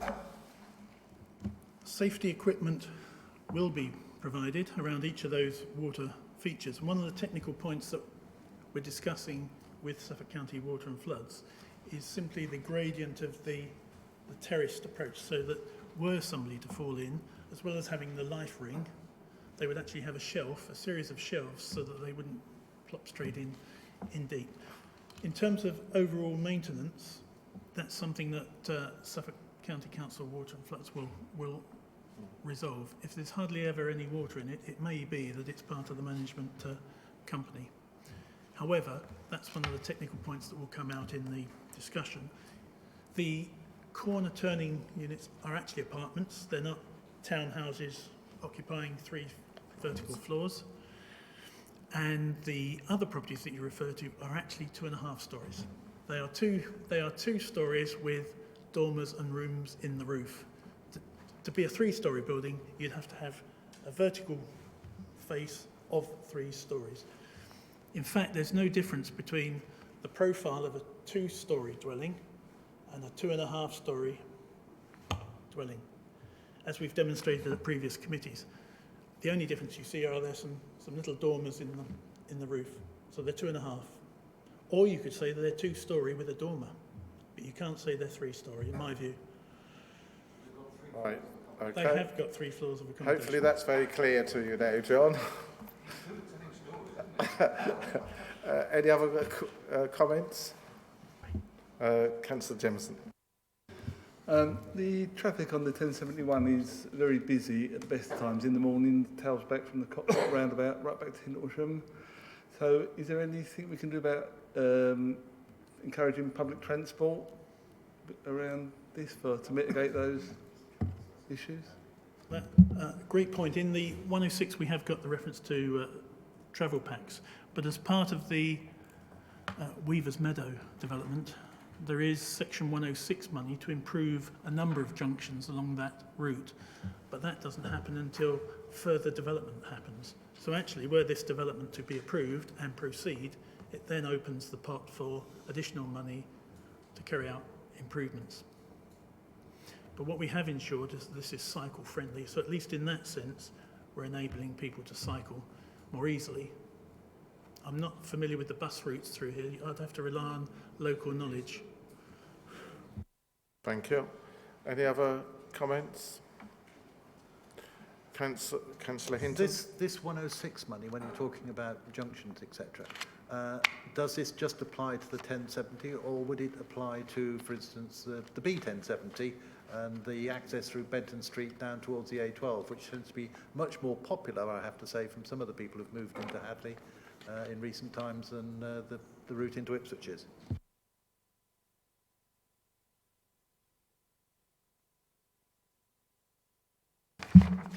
The slide where I refer to all the comments received, we are looking at slide number probably 13, please.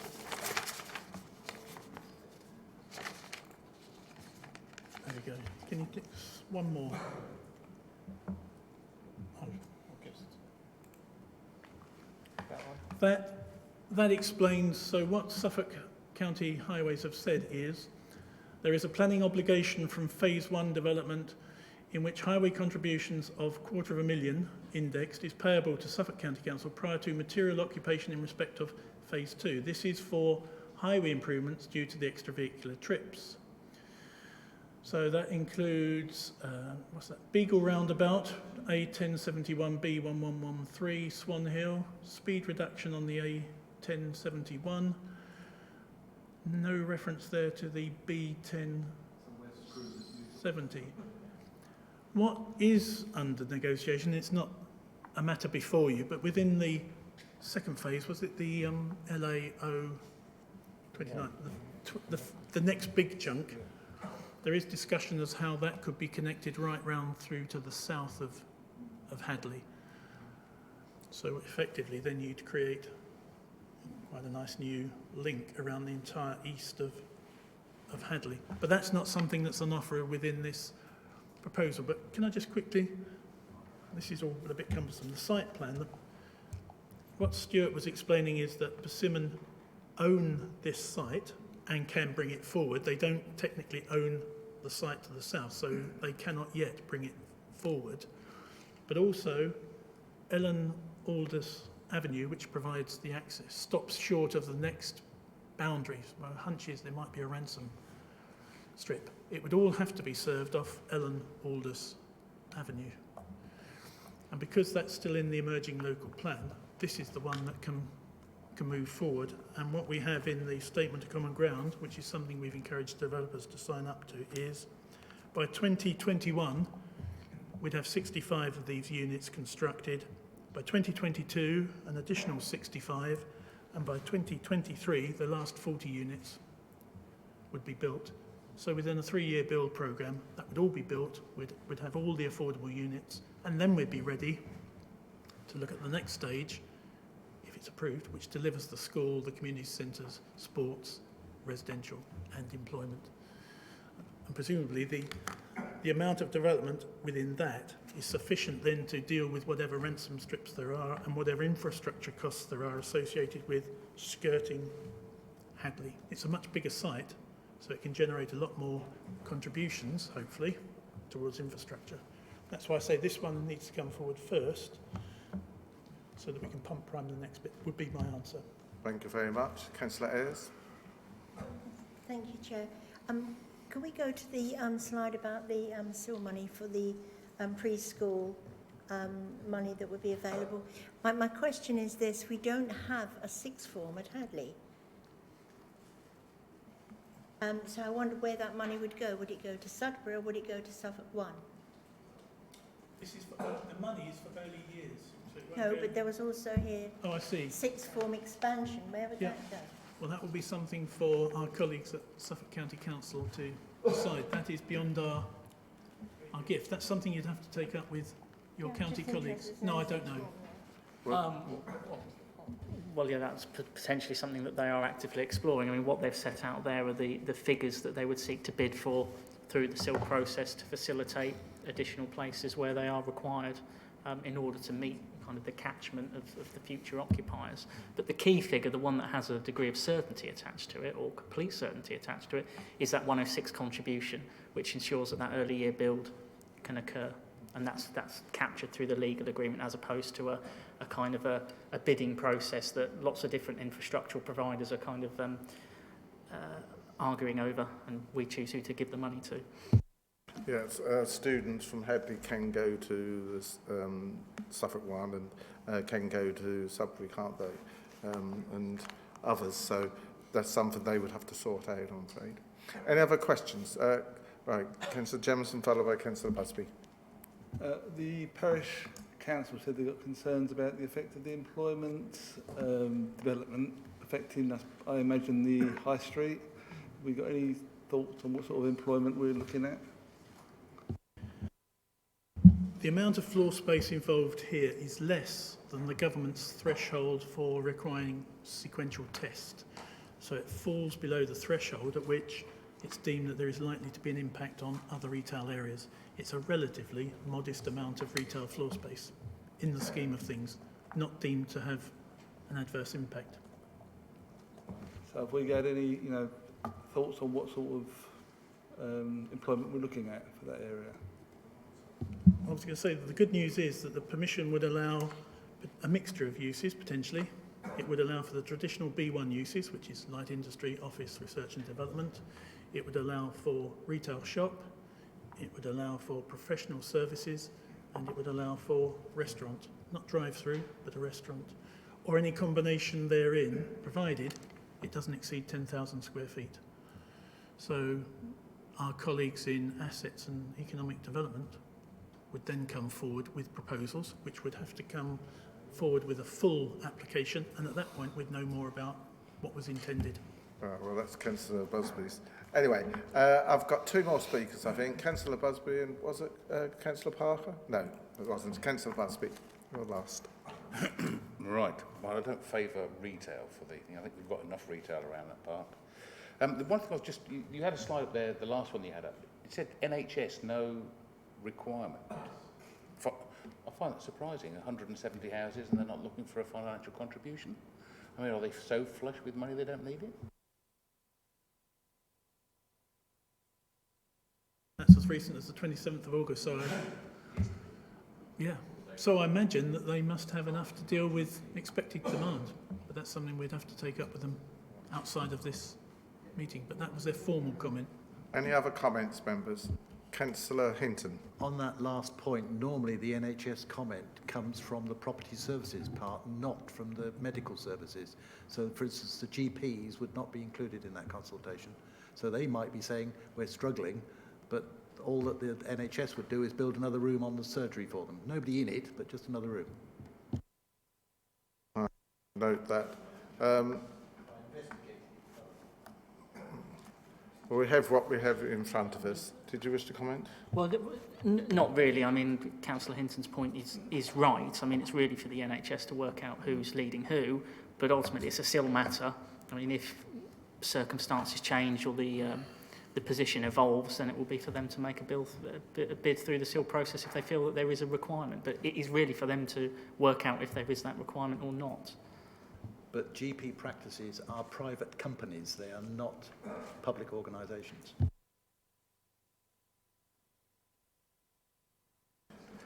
We'll move on. Any other comments? Well, in the absence of any proposal coming forward, I shall move from the chair the officer's recommendation. Do I have a seconder? All over the place now. Councillor Parker, did you wish to second it? I'll second that, Chair, yes. Well, sorry, did you wish to speak is what I meant to say? No, thank you. Good, thank you. Right, no other comments. All those in favour of the officer's recommendation in front of you, please show. Is that unanimous? I can't see the hands of all of them. Oh, yes. Mary and Councillor Osborne, I couldn't see either of you two. Right, that's fine, that's carried. That's passed, members. I think we've got to the end. You might be in time for lunch. The date of the next meeting is Wednesday, the 11th of September. And that is still on? Sorry, Peter, do you want to clarify a date for the site inspection? Oh, yes, sorry. All those members that can be present for the site inspection, please show. That's next Wednesday, isn't it? Yeah, which is that'll be next Wednesday. Next Wednesday, about the 2nd of, no, 3rd. Anybody who can't make it? Sorry? You can't, right. But everybody other than Councillor Barrett. Thank you. Declare the meeting closed.